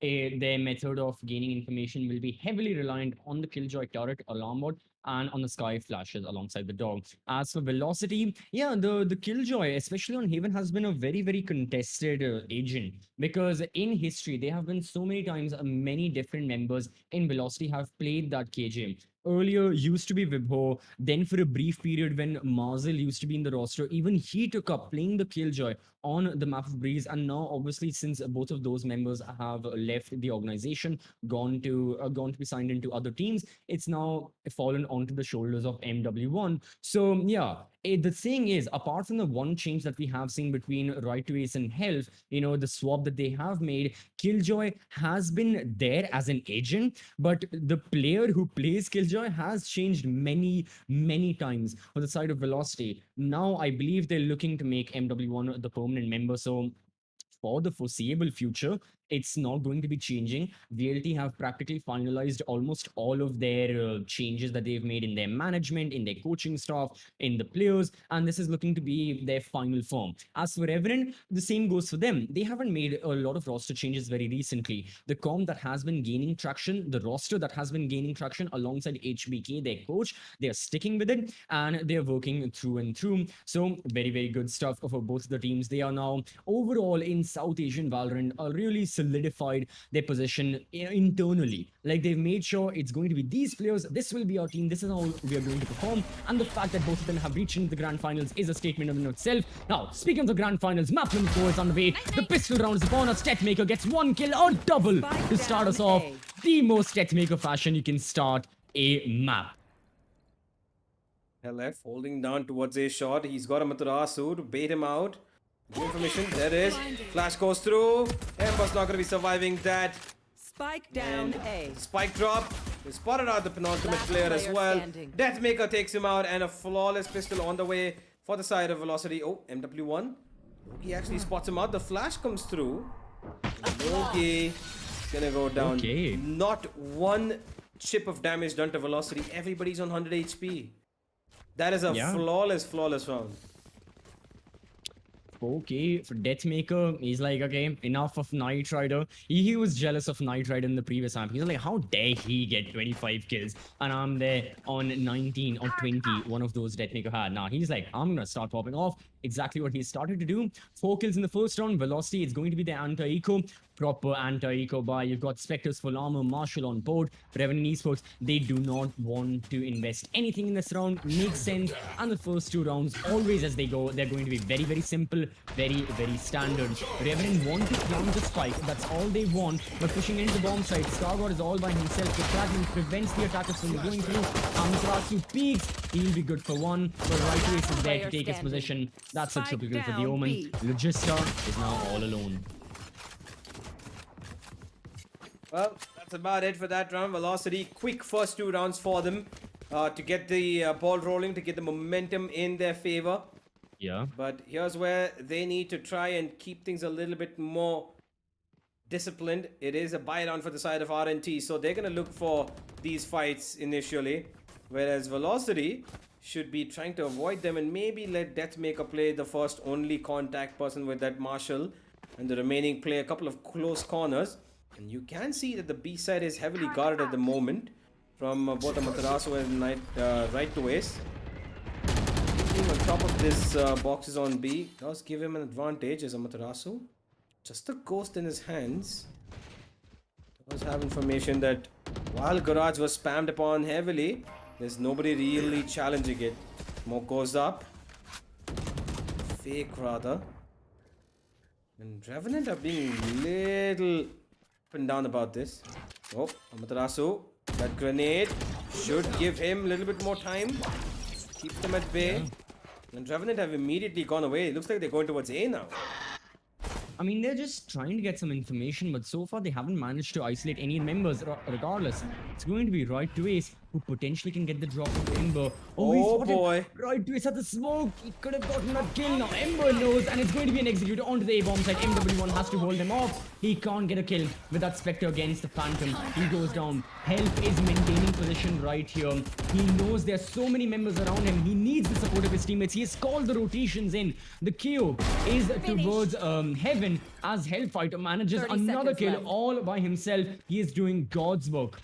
Now, can you get more? The spike is still yet to be planted. You still have one member of Velocity in shots, but the member of theirs towards defender's corner, they are dying by the wayside. Second kill for Ember. He has still not been traded out. Deathmaker goes down. It's all down to the sky. And the problem is, Health, who was supposed to be the X Factor, the person nobody expected. Now, everyone knows about him because he's the only person alive. There were 3 members of Velocity on Heaven. All 3 of them are now dead. Isolates 1 kill on a 3K. So far, there have been so many multi-kill rounds. And he's sticking it.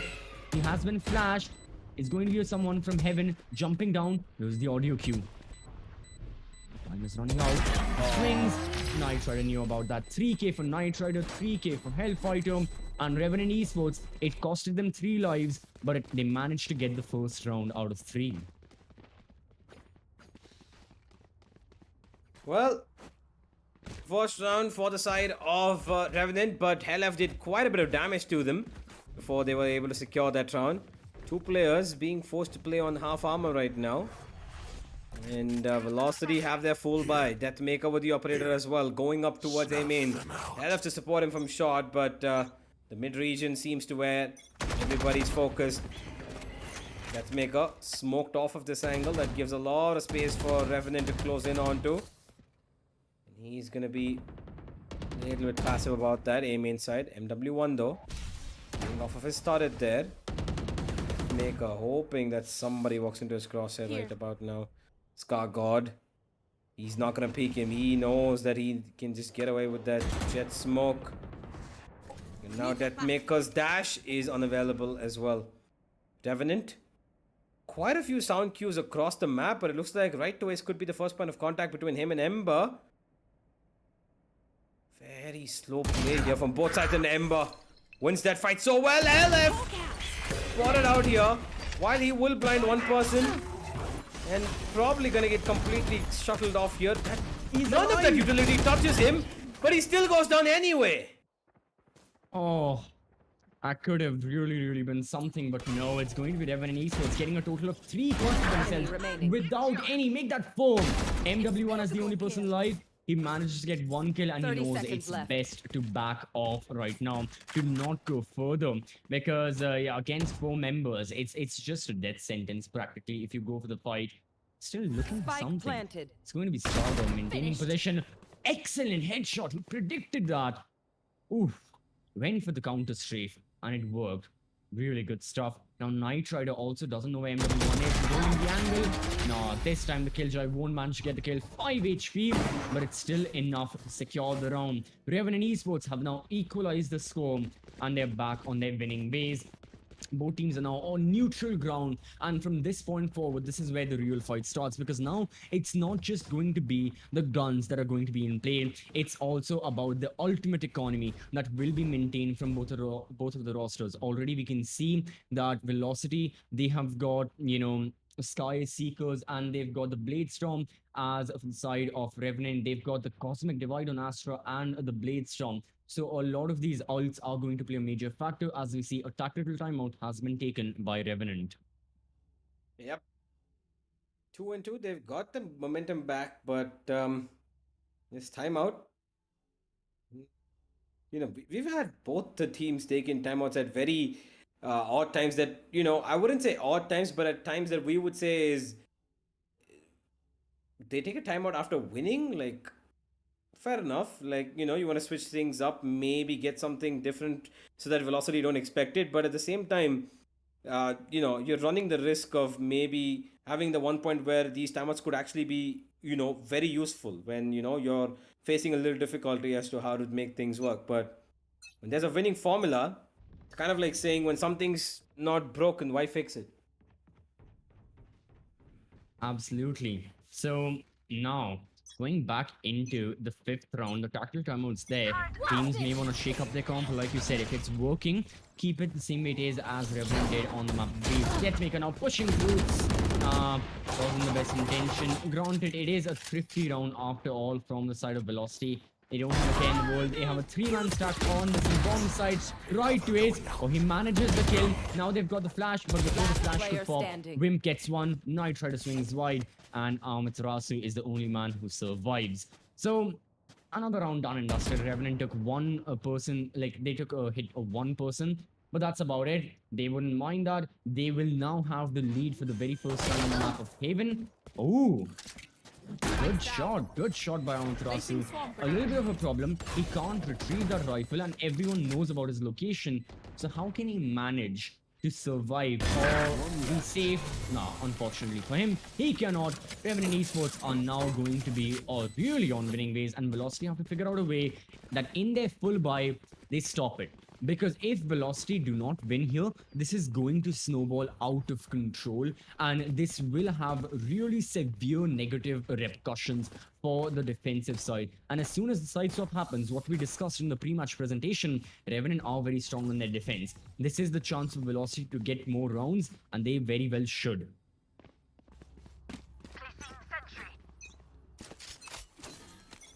Well, Revenant moving in towards A. Aggression from Deathmaker, but he just walks in blindly in towards his opponent, and Wimp gets one more, and that's the A side opened up the velocity. What just happened? They tried to put in aggression, but the amount of utility used from Revenant works out to their favor. 2 blinds coming in towards long, a breach and a sky. There's no way you're not going to be getting an epilepsy seizure there. With the amount of flashes that are coming in, your eyeballs getting burnt up, and Deathmaker, that's exactly what happened to him. There was nothing they could do towards shot either, and within just 20 seconds of the round, MW1 and Right to Waste were forced to save.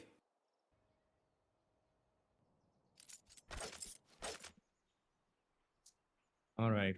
For the time being, that's that for the side of Velocity. I don't think they'll be surviving in this round. I mean, look at Ember. He's hunting them down. Spots Right to Waste. But Right to Waste managed to get a kill. And now there are more attackers hunting him. And this is a problem. Revenant have only lost 1 person. They're fine with that. They're still, yeah, they're very well on their way to hunt down Velocity. Right to Waste is reloading. And MW1 was all alone. Register just swings wide. He's a killjoy. He has no utility of his own to help in aggression. But he's like, I don't need utility. I'll just swing. That's it. Boom. Round done. Velocity get no guns on board. Revenant near flawless round for their side, as Astra was the only person to die. So not only are they doing well when it comes to ultimates, Revenant have all 5 of them.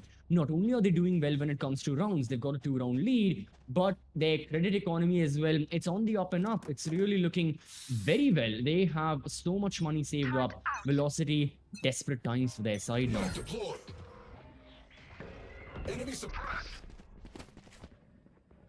Velocity back on the eco yet again, and after winning the first 2 rounds, which looked like they were having control of, have immediately fallen back on this map of Haven. They have control of mid and C at the moment, as Revenant are slowly giving up ground, but they're aware of the fact that Velocity could push up. Rolling Thunder looks hell left. Oh my god, that jump. Ember! Hello! No way he misses that. Oh my god. Oh my god, Ember. Oh, that could have been the problem. That one? No way. Ember will get one, but there's still so many more to worry about. Right to Waste. Expects this push, but he gets the kill. Scarguard goes down. Ember. What has happened in this round? Suddenly he's just whiffing a couple of his shots, but it's somehow stabilized to a 2v3. Deathmaker pretty low, will go down, but Amaterasu will not go down without getting one himself. Yikes! The fact that Velocity in that thrifty round managed to get more kills than they did in their full buy shows that Velocity right now, when they play like they don't have a care in the world, they perform better. It's still not enough to make them win. They have been on a 5-round loss streak, and they need to stop that. Otherwise, the Revenant Esports, they are just, oof, I mean, my god, what can I say? Looking really, really well right now. So, Velocity problems, definitely problems for their side that they have to resolve. Now, we've got more ultimates on board for Revenant Esports. They've got the Blade Storm. Velocity are not going for any of their ult. Makes you wonder, because they've got the Killjoy lockdown, are VLT going to be playing for a retake scenario? They really should. They shouldn't get this aggressive. Right to it. He doesn't check the corner. I mean, he checked it kind of, but Ember still got the drop onto him. Makes you think that as like, being a solo Omen, why did he go for that push? All by himself, just looking for information. Now though, Revenant Esports using the Cosmic Divide, they are into the A-bomb side. VLT already. Yep, they're playing for the retake. It's going to be the Killjoy lockdown being used by RNT first. And now we'll be seeing the spike going to be planted. And then the retake. Oh, Night Rider. A little too aggressive for your own good, my friend. That throws him off. Now Velocity have retake potential. There goes 2 ultimates that they'll be trying to put down. Helaf's found Ember as well, who's holding down the backstab, and now they're getting pincered. Revenant have nowhere to go, nowhere to hide. And Scargod's going straight up for the fight. No other choice for him right there. And the 2 players that have to defend the spike have been detained. Velocity commit a lot of ultimates, but they will secure the round. Yeah, this was a really good retake from the side of Velocity. They waited for everything to be spent from the side of Revenant Esports. They waited for the Cosmic Divide to go off. They waited for the Blade Storm. They waited for the Killjoy lockdown. Everything was taken into account, and only then did Velocity be like, okay, now the Revenant Esports don't have any utility. This is when we strike, and that is what they did. They waited and they waited and they waited, and it was the side of Revenant that ended up making the mistake. It was their side that overextended, and then they were just caught in such terrible positioning that neither could they fall back nor could they push forward. And if they stayed in the middle, well, they were detained. So great round from the side of Velocity. You know, they're finally back on winning ways. They end their losing streak. But like you said, Universe, that it was a very expensive round when it comes to how much they had to put in it. The good thing was only one member died. So economic trouble for VLT may not be there that much. But at the same time, without your ults, going for another full buy versus full buy will be difficult. Now that Revenant especially know that Velocity, if they have ultimates, they are going to play passively. They'll be looking for a counter. So another tactical timeout is done. Both of the teams are ready. And with practically no ultimates remaining, we went from a round where it was like 9 total ultimates to only a single. Makes you wonder how this full buy is going to go off, because everyone is going to be focusing on gunfights and straight gunfights. Yep. Deathmaker though, as an operator, his opponents have been stunned towards the A main. But that smoke is such a damaging one for Deathmaker. It gives him no opportunity to cause any sort of damage with that operator. Close angles are not his forte. And while it has subdued away, Deathmaker makes the most of it. The spike has been dropped, and he gets away from that angle. Now, right to Ace, being focused upon. Knight Rider, okay, did not fire a single bullet there for some reason. Velocity got control at the moment, and Log is looking to maybe take that back, but unfortunately looking in the wrong direction, and Right to Ace even gets away from there.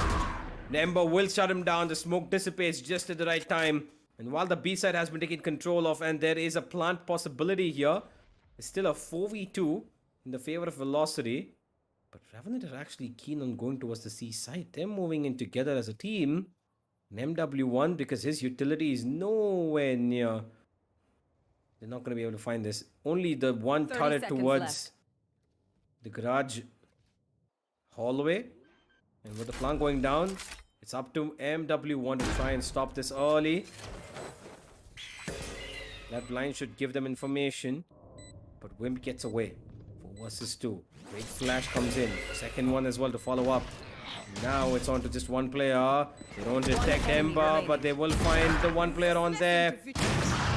No more for Ember. Deathmaker will shut him down, and Velocity immediately making ways back into this map of Haven. 5 and 4. And the first half, what looked like could have run away with Revenant, is still in the works for Velocity as well. Yeah.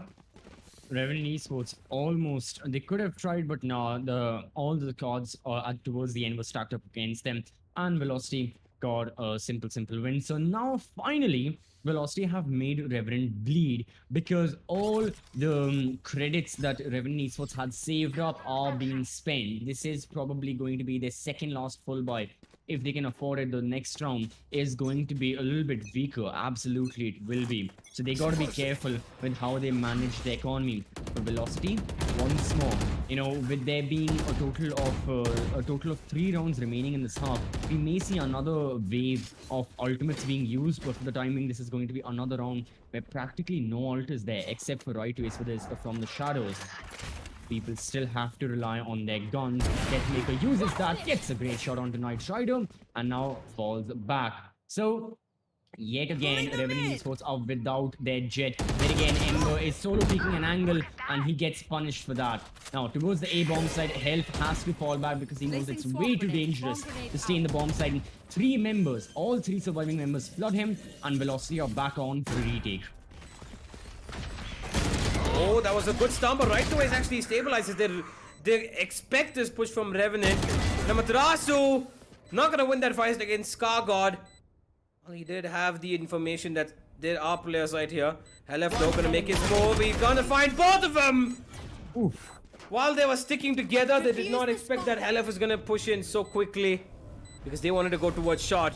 And Velocity equalize the scoreline. 5-5, and the half is gonna stay as it probably was in the beginning, with nothing differentiating these two teams, unless one team right now picks up the pace to win 2 rounds in a row. And Revenant currently not looking like the ones to do it, because they've given away 3 to Velocity back to back. Yeah. So now I gotta say that with Revenant Esports themselves being in such a desperate scenario, I get that there are only 2 rounds remaining, and I get that Revenant, their defensive side is favorable, but surely they would like to end this half 6-6 at the very least. From the looks of it, I think Velocity may just be looking to deny them that opportunity. BLT want to give no slack whatsoever to their opposition. They see Revenant 1 breeze. They're like, we can't let them go to a decider. It is far, far too dangerous. We have done so much to already have this series point, to have Grand Finale point. But now, Revenant, they're looking to get the 6 point on board. They'll be pushing into the C-bomb side, get the first kill. Rolling Thunderbolts, excellent. Oh no. Amaterasu very much out in the open. He dies. Right to Ace gets his trade, but the spike is still gonna go down. VLT have got 2 ults to work with, but really, how well can they utilize them? The Seekers are going to be going through. Velocity will be focusing right behind them. They'll be following on. They're looking to get position, and they do. Isolate Scargod, get the kill onto him. Final 3 attackers all towards C-Long. The smoke prevents them from seeing anything. Velocity can try and defuse or get at least a half a tick on. Wimp is going to be spam firing. He gets shot up to hell. Knight Rider dies. That's another person gone. Logista from the garage. Can't do anything. Velocity manage this 3 versus 4 retake with practically no utility. Only a smoke to work with and a couple of flashes. Yeah, I feel like Revenant got a little too hesitant about the fact Last that somebody could be round in defusing the the half. spike, while they saw that there were 2 players spamming down upon them, and that smoke caused that chaotic moment where they were confused whether there's 3 players of Velocity. If 2 are peeking and spamming on us, there must be a third trying to defuse it, right?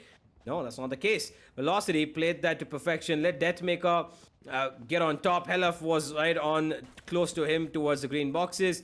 Both of them spamming down, and unfortunately for Knight Rider, he constantly kept peeking them. And with that, it is Velocity with the lead. 6-5 now.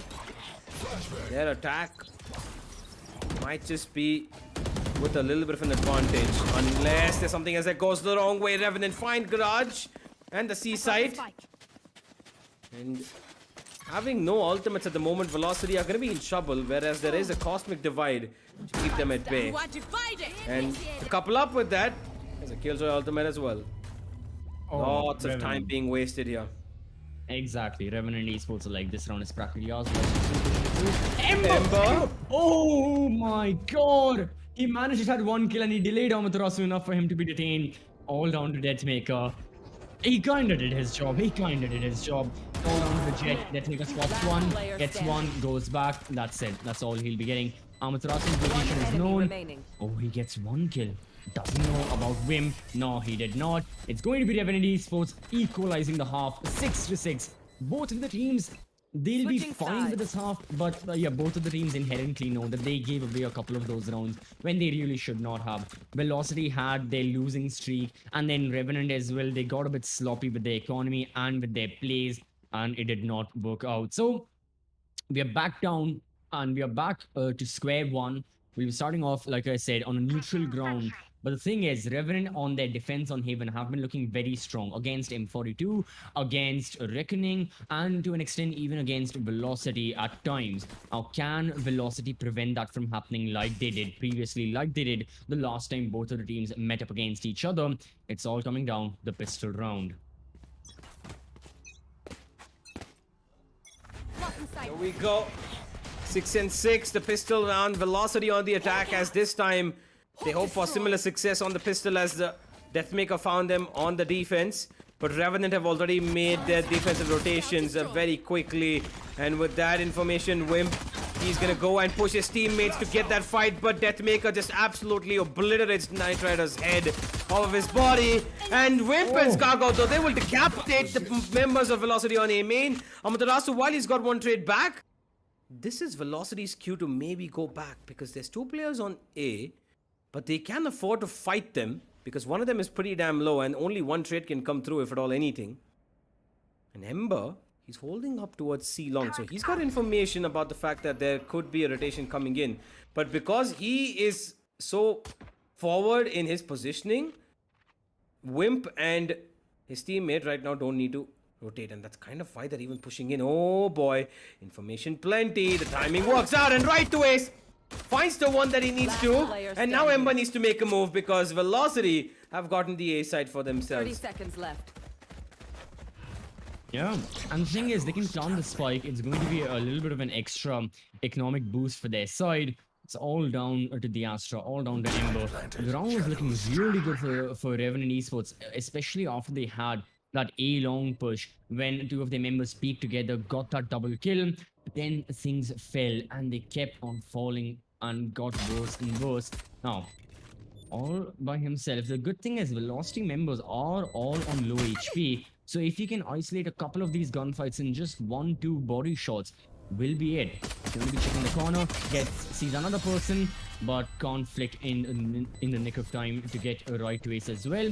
Pistol round goes in favor of Velocity. And now, I mean, as we know, as is tradition so far with this entire best of 5, with this entire grand finale, that neither of the team, they know how the second round is going to go. Whichever team got the pistol, whichever team goes for the anti-eco, they will be the ones winning. A little bit of an investment from Revenant. They will be going for the Marshal. Makes sense. It is Haven after all. Very, very long map. You have A long, you have C long, you have mid. Potentially the Marshal can be of use, but they've got to use it correctly. Look out! Yep. Left. Looking to get some information towards A. It's actually only the one man defending A. And Knight Rider, he sends MW1 to his grave with just a one shot. And if Wimp dies here, it's more or less the A side open, but the rotation comes through. And the fact that Velocity have no clue about this is what's going to throw them in the mix. Double peek, not going to work out for them. Deathmaker takes out Loki and Ember goes down to right to ace. And with that, even the C side is open, but Velocity are still very, very careful about where they approach. That should be opening up the A side. As Knight Rider, they knew where exactly he was. The smoke goes up towards C. And yeah, now they know that he's towards C. That fake shot that comes through. And the plant will go down towards the A site. And Deathmaker hoping that he can find the frag of his alter ego on the Revenant side.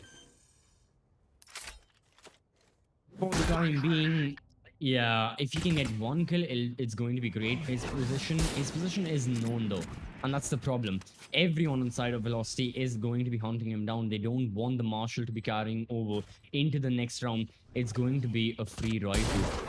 And another try has been spotted by Deathmaker, and a spam fireworks. It is going to be another round going in favor of Velocity. It was the anti-eco after all, exactly what we were talking about before. Whichever team wins the pistol, they win the anti-eco, and it's the bonus round where things get interesting. For Velocity, they lost one member. They'll be going for the Hero Vandal. That's it. That's the only investment they're making. Otherwise, the Spectres are going to be carrying forward. Other than that, it's Revenant Esports who are making a very expensive buy with 5 rifles and armor going into round number 15. Placing alarm bomb. 8 and 6 now. Velocity with the lead. They even detected Logi towards Garage. So the Killjoy utility for the moment has succeeded. They will come back thanks to that Astra utility that held down Deathmaker from pushing in. Revenant keeping Velocity on their toes. As both the Skies are going to be exchanging their dogs. Only spotting out each other, but there's a trace that come through on the either side. Stargout will go down. And while Wimp is being chased across, he gets away just by. Now Knight ready to come and settle things down, but it's not going to be working out for him. The A side opened up 9 and 6. Potentially looking to be the favor of scoreline over here for Velocity. As the plant will go down. And Logi walking up all by himself. Spotted out as well. Walks into the site and only to find himself bleeding away to death. So will Ember. One by one, they just walk in. They kind of just know that this one's not going to be working out for them. Yeah, While but they why do did they have... walk in? Yeah, they could have gone for the save, honestly. They don't have That's money the this thing. round. So... It was their pull by, it was Velocity's like bonus. Velocity have 4 members alive. And Ember, I don't get this. He was blind as a bat coming out of that smoke. He had no idea where the members were. This was, in my opinion, a dodgy Here. decision from Revenant Esports. Why not just go for a save? You have 2 Vandals. Move them on forward, because otherwise the economy on the side of Revenant is struggling, and it's only going to get worse, because the thing is, Velocity, they win their bonus.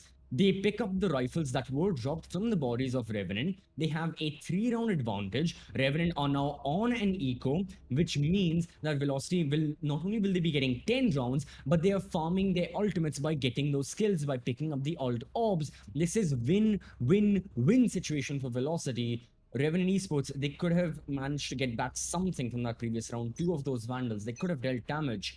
But a much needed timeout from the side of Revenant. HBK took it, and as we saw on the face cams, he was saying a lot of things, and he needs to guide the guys to make sure they don't give this up, because they've gotten so far, they've done so much. But Velocity, from the looks of it, it seems like they're running away with it. And this round isn't going to be any different, in my opinion. It's only going to be Sheriffs and Ghosts on the side of Revenant.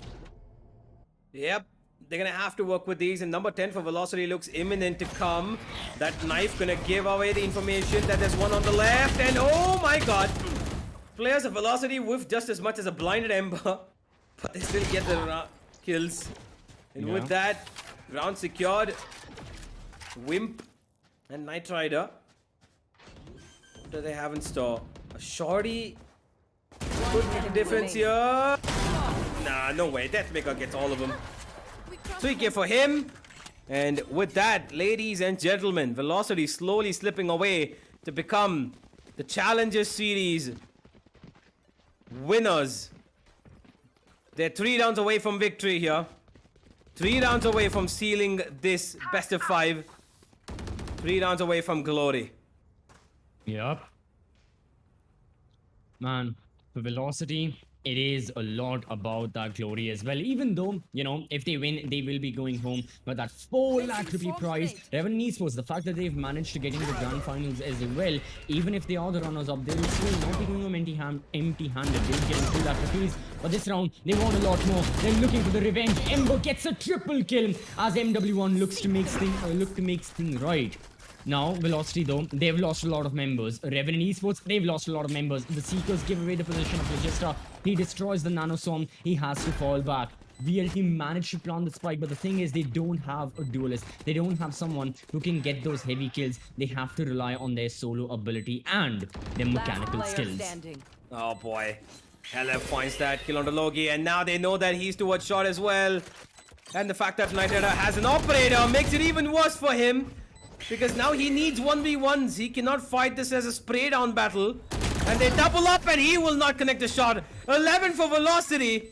And ladies and gentlemen, this might just be good night right here.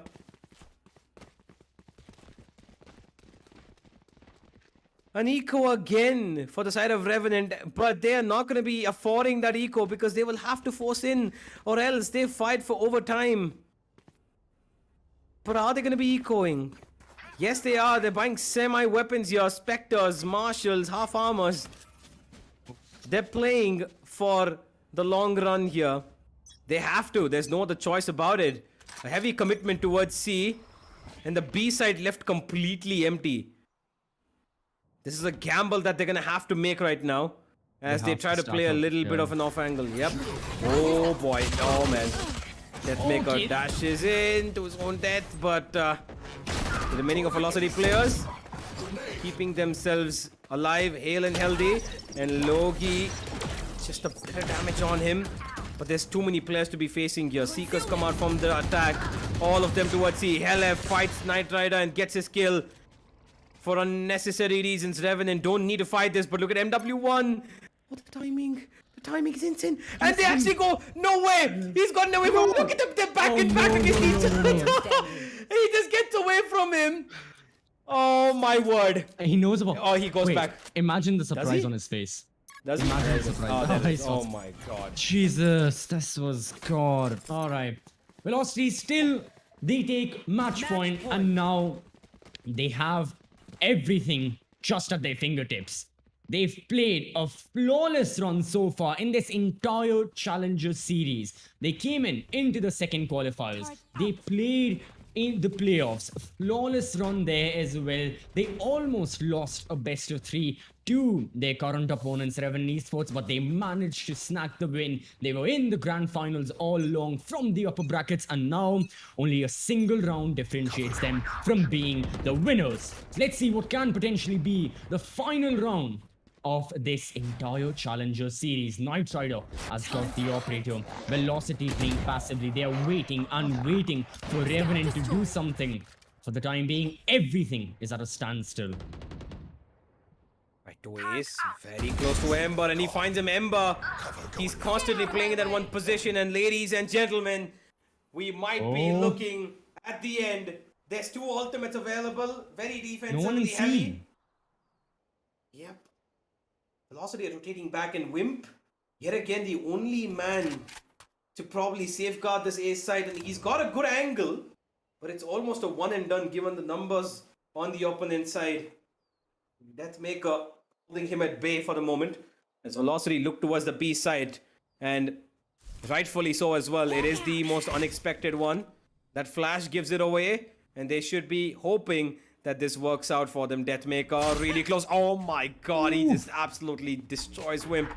And with this rolling thunder, Velocity have been split up in 2. Oh my god, Hellef still taps him out of existence. And the last man standing, Logi, he's got an ultimate to work with, but what can he do? Spots out the one. Deathmaker will settle him. No, it's not gonna happen. It's a 1 versus 3 now. Nobody's gonna stop his ultimate. But Right to Ace wants to challenge him. A little too aggressive. Right to Ace, you gotta be careful there. And immediately Amaterasu calls Hellef back, says no way we're gonna give this one up. Play this a little easy. He's looking a little sick to defuse. Oh no. There's no way he wins this, right? There's no way he wins this. Ladies and gentlemen, Velocity are your TEC Challenger Series champions. Fair play to the side of Velocity Gaming. They gave it their all, and in the end, they had a bit of obstacles. They had a couple of obstacles in their journey, but they still managed to smoothen everything out. For Revenant Esports, heartbreak, despair, as you can see, they've not displayed a lot of emotions, but at times, pictures can say 1,000 or even more words.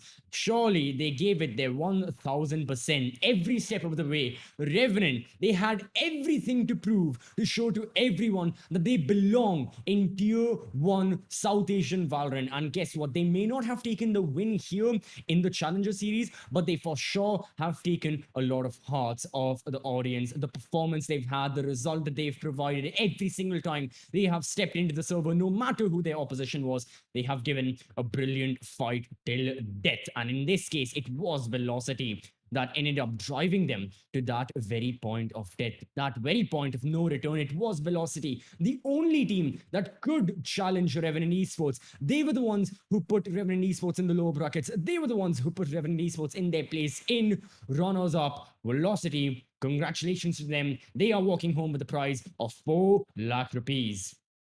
Indeed, quite an amazing, just amazing overall Velocity to come back from what happened on Breeze. Let's go to the highlights because Haven, well, the first half, while it was very competitive, the second half sealed the deal because Velocity on their attack were absolutely brilliant, gave away almost nothing to the opponents. And while they started off really well, they had a bit of a slip up where Revenant took the lead 2-5. And I thought that, okay, you know what? We might as well see bind here. But Velocity immediately stabilized themselves, approach Revenant in a good manner. They know exactly how to attack them, give a little bit of pressure onto them. And that's when they found themselves in the situation that they wanted themselves to be. That is in control of map places. That's going to make it really, really well, you know, for them to find the openings that they needed. And yeah, well, Velocity, amazing stuff. Absolutely. Yeah. I mean, heading into the match, in the pre-match presentation, I said that Revenant Esports, their defense was looking very strong because after all, Out of 10 defensive rounds against Reckoning, Revenant managed to win 9 of them and only lose a single one. Velocity were like, so what? They defeated Reckoning, they haven't defeated us, and Velocity absolutely thrashed them in the second half. Revenant Esports had no reply whatsoever to what Velocity were going for and the plays they were making. Ever since that 6-6 half ended, VLT were like, okay, it's time for our own domination. It's time for our own showing. Whatever the previous maps were, whatever the results may have been there, Velocity did not have a care in the world. They just went full force and they ended up taking the win, rightfully so. Very, very deserved victory for their side. Revenant Esports, still chin ups for them. They have given an excellent performance overall in the Challenger series. I am really excited for the future that this organization and this roster has, specifically for Valorant, because I'm really looking forward to seeing them perform further and further, become better and better. Because if they're already at this level, I mean, they're only going to get better, really, no. And yes, they have lost in the grand finals, ladies and gentlemen, but they lost to Velocity Gaming, arguably one of the best teams that we have in the region. The accolades these teams, this team has had. I mean, yeah, the international performances they've given as well. Revenant lost to VLT. They should still hold their heads high and be proud that they gave such a good performance, irrespective of the result.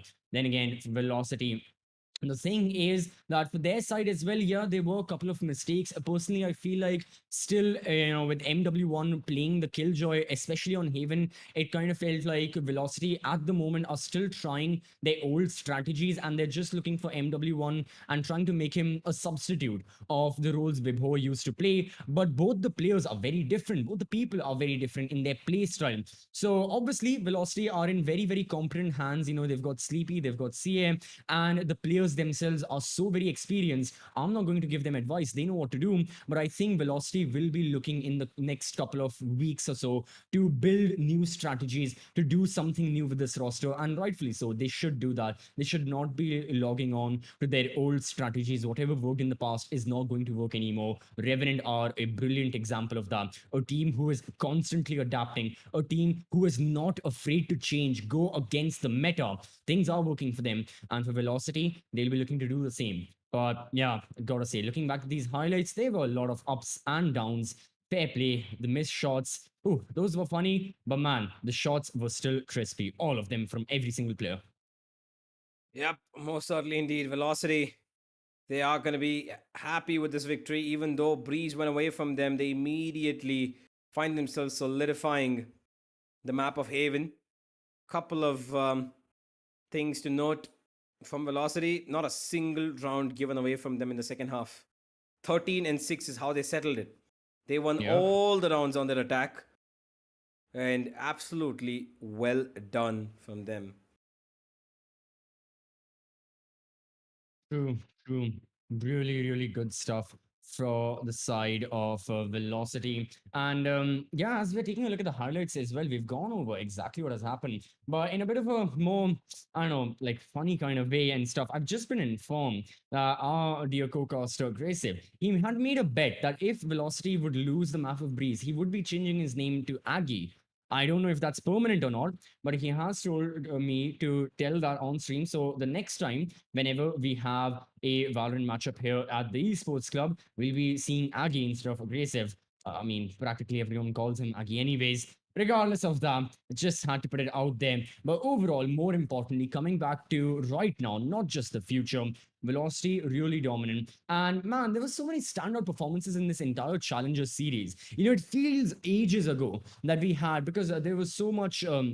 There were so many matches just in the playoffs. We had the qualifiers as well, the runs that were made. Revenant, I mean, I think a lot of people have forgotten. Revenant Esports managed to defeat Enigma 2-0. And then, that put Enigma in the lower bracket. Revenant have done an excellent job.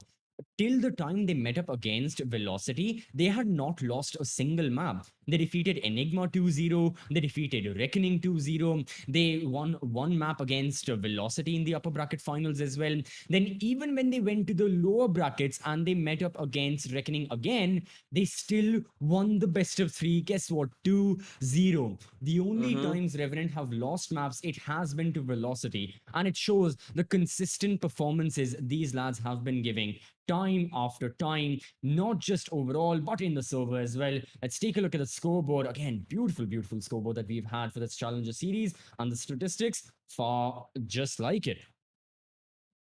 Yep, Deathmaker yet again the MVP. 22 kills, 307 ACS, and 188 average damage per round. Everybody following up with him as well. Hella for 20, right away 16. And Wala Mataraso and MW1 were chiming in with their utility, and the impact for Exit was Deathmaker's show yet again. Whereas on the other side of things, wasn't the same. Logista, Wimp, and Scargod having another game that they would not be feeling too good with. But honestly, kudos to RNT to make it this far, beat so many teams, and make themselves the second place winners of TC Challenger Series. Amazing stuff from both these teams, but congrats to there can only be one winner, and the winner is Velocity Gaming.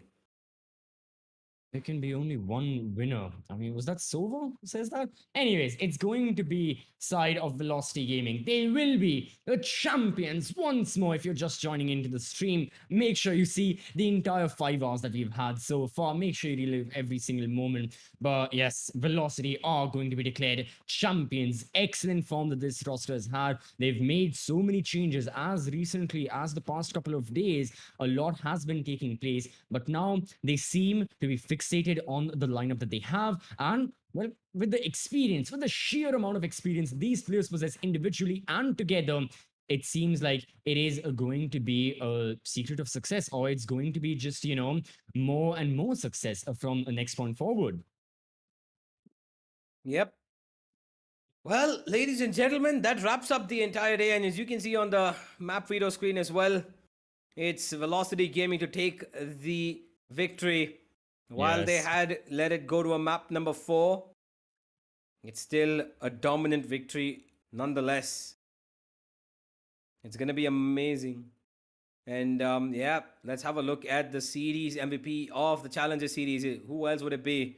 Has to be the one man himself, Deathmaker. What a came from. Yep, 85 kills across 4 maps. That's almost close 22. to 20. Yeah, No. 20 kills. 20. Yeah, he's 20 got whatever. 22 first bloods as well. Oof. That's wow, that's about 5 first bloods minimum per map. This guy is on fire, clearly. Exactly.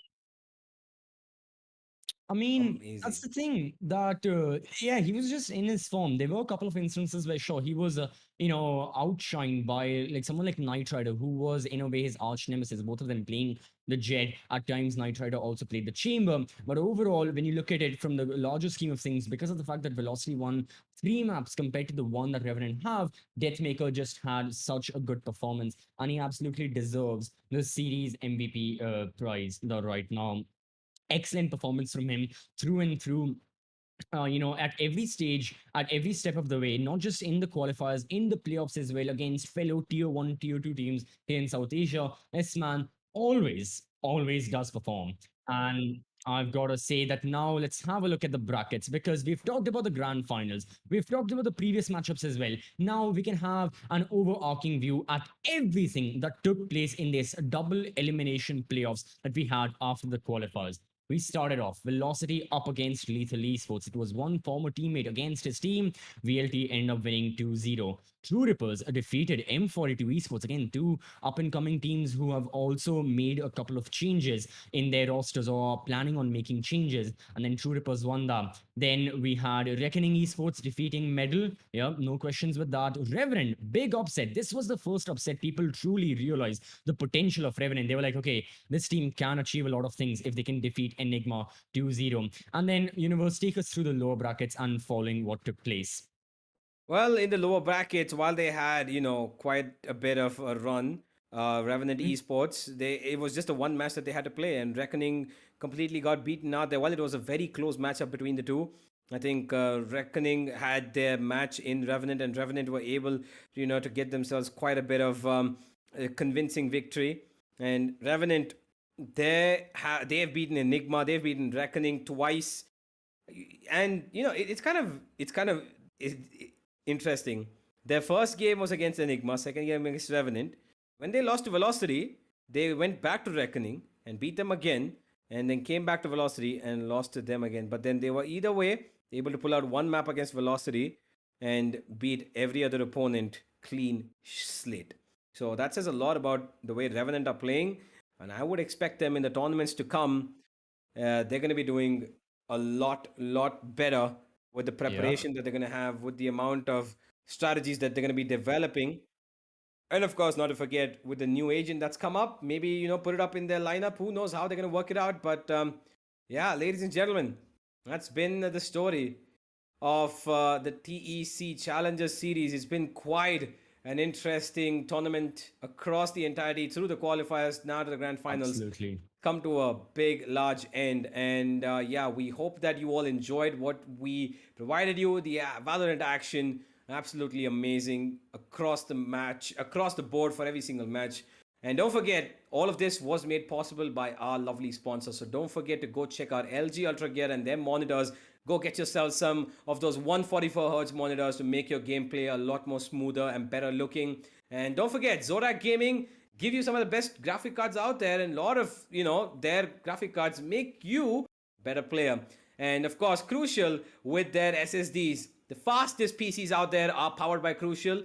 Go ahead and check them out. And don't forget, if you are feeling a little less energetic, if you're a Revenant fan, you want to give them some energy, get yourself some, go ahead and scan that QR code that keeps popping up to get yourself some Red Bull and enjoy the rest of your night and the days to come as well. We will see you all real soon, ladies and gentlemen. But for the moment, this is all from the Esports Club. Good night, happy gaming, and see you all real soon.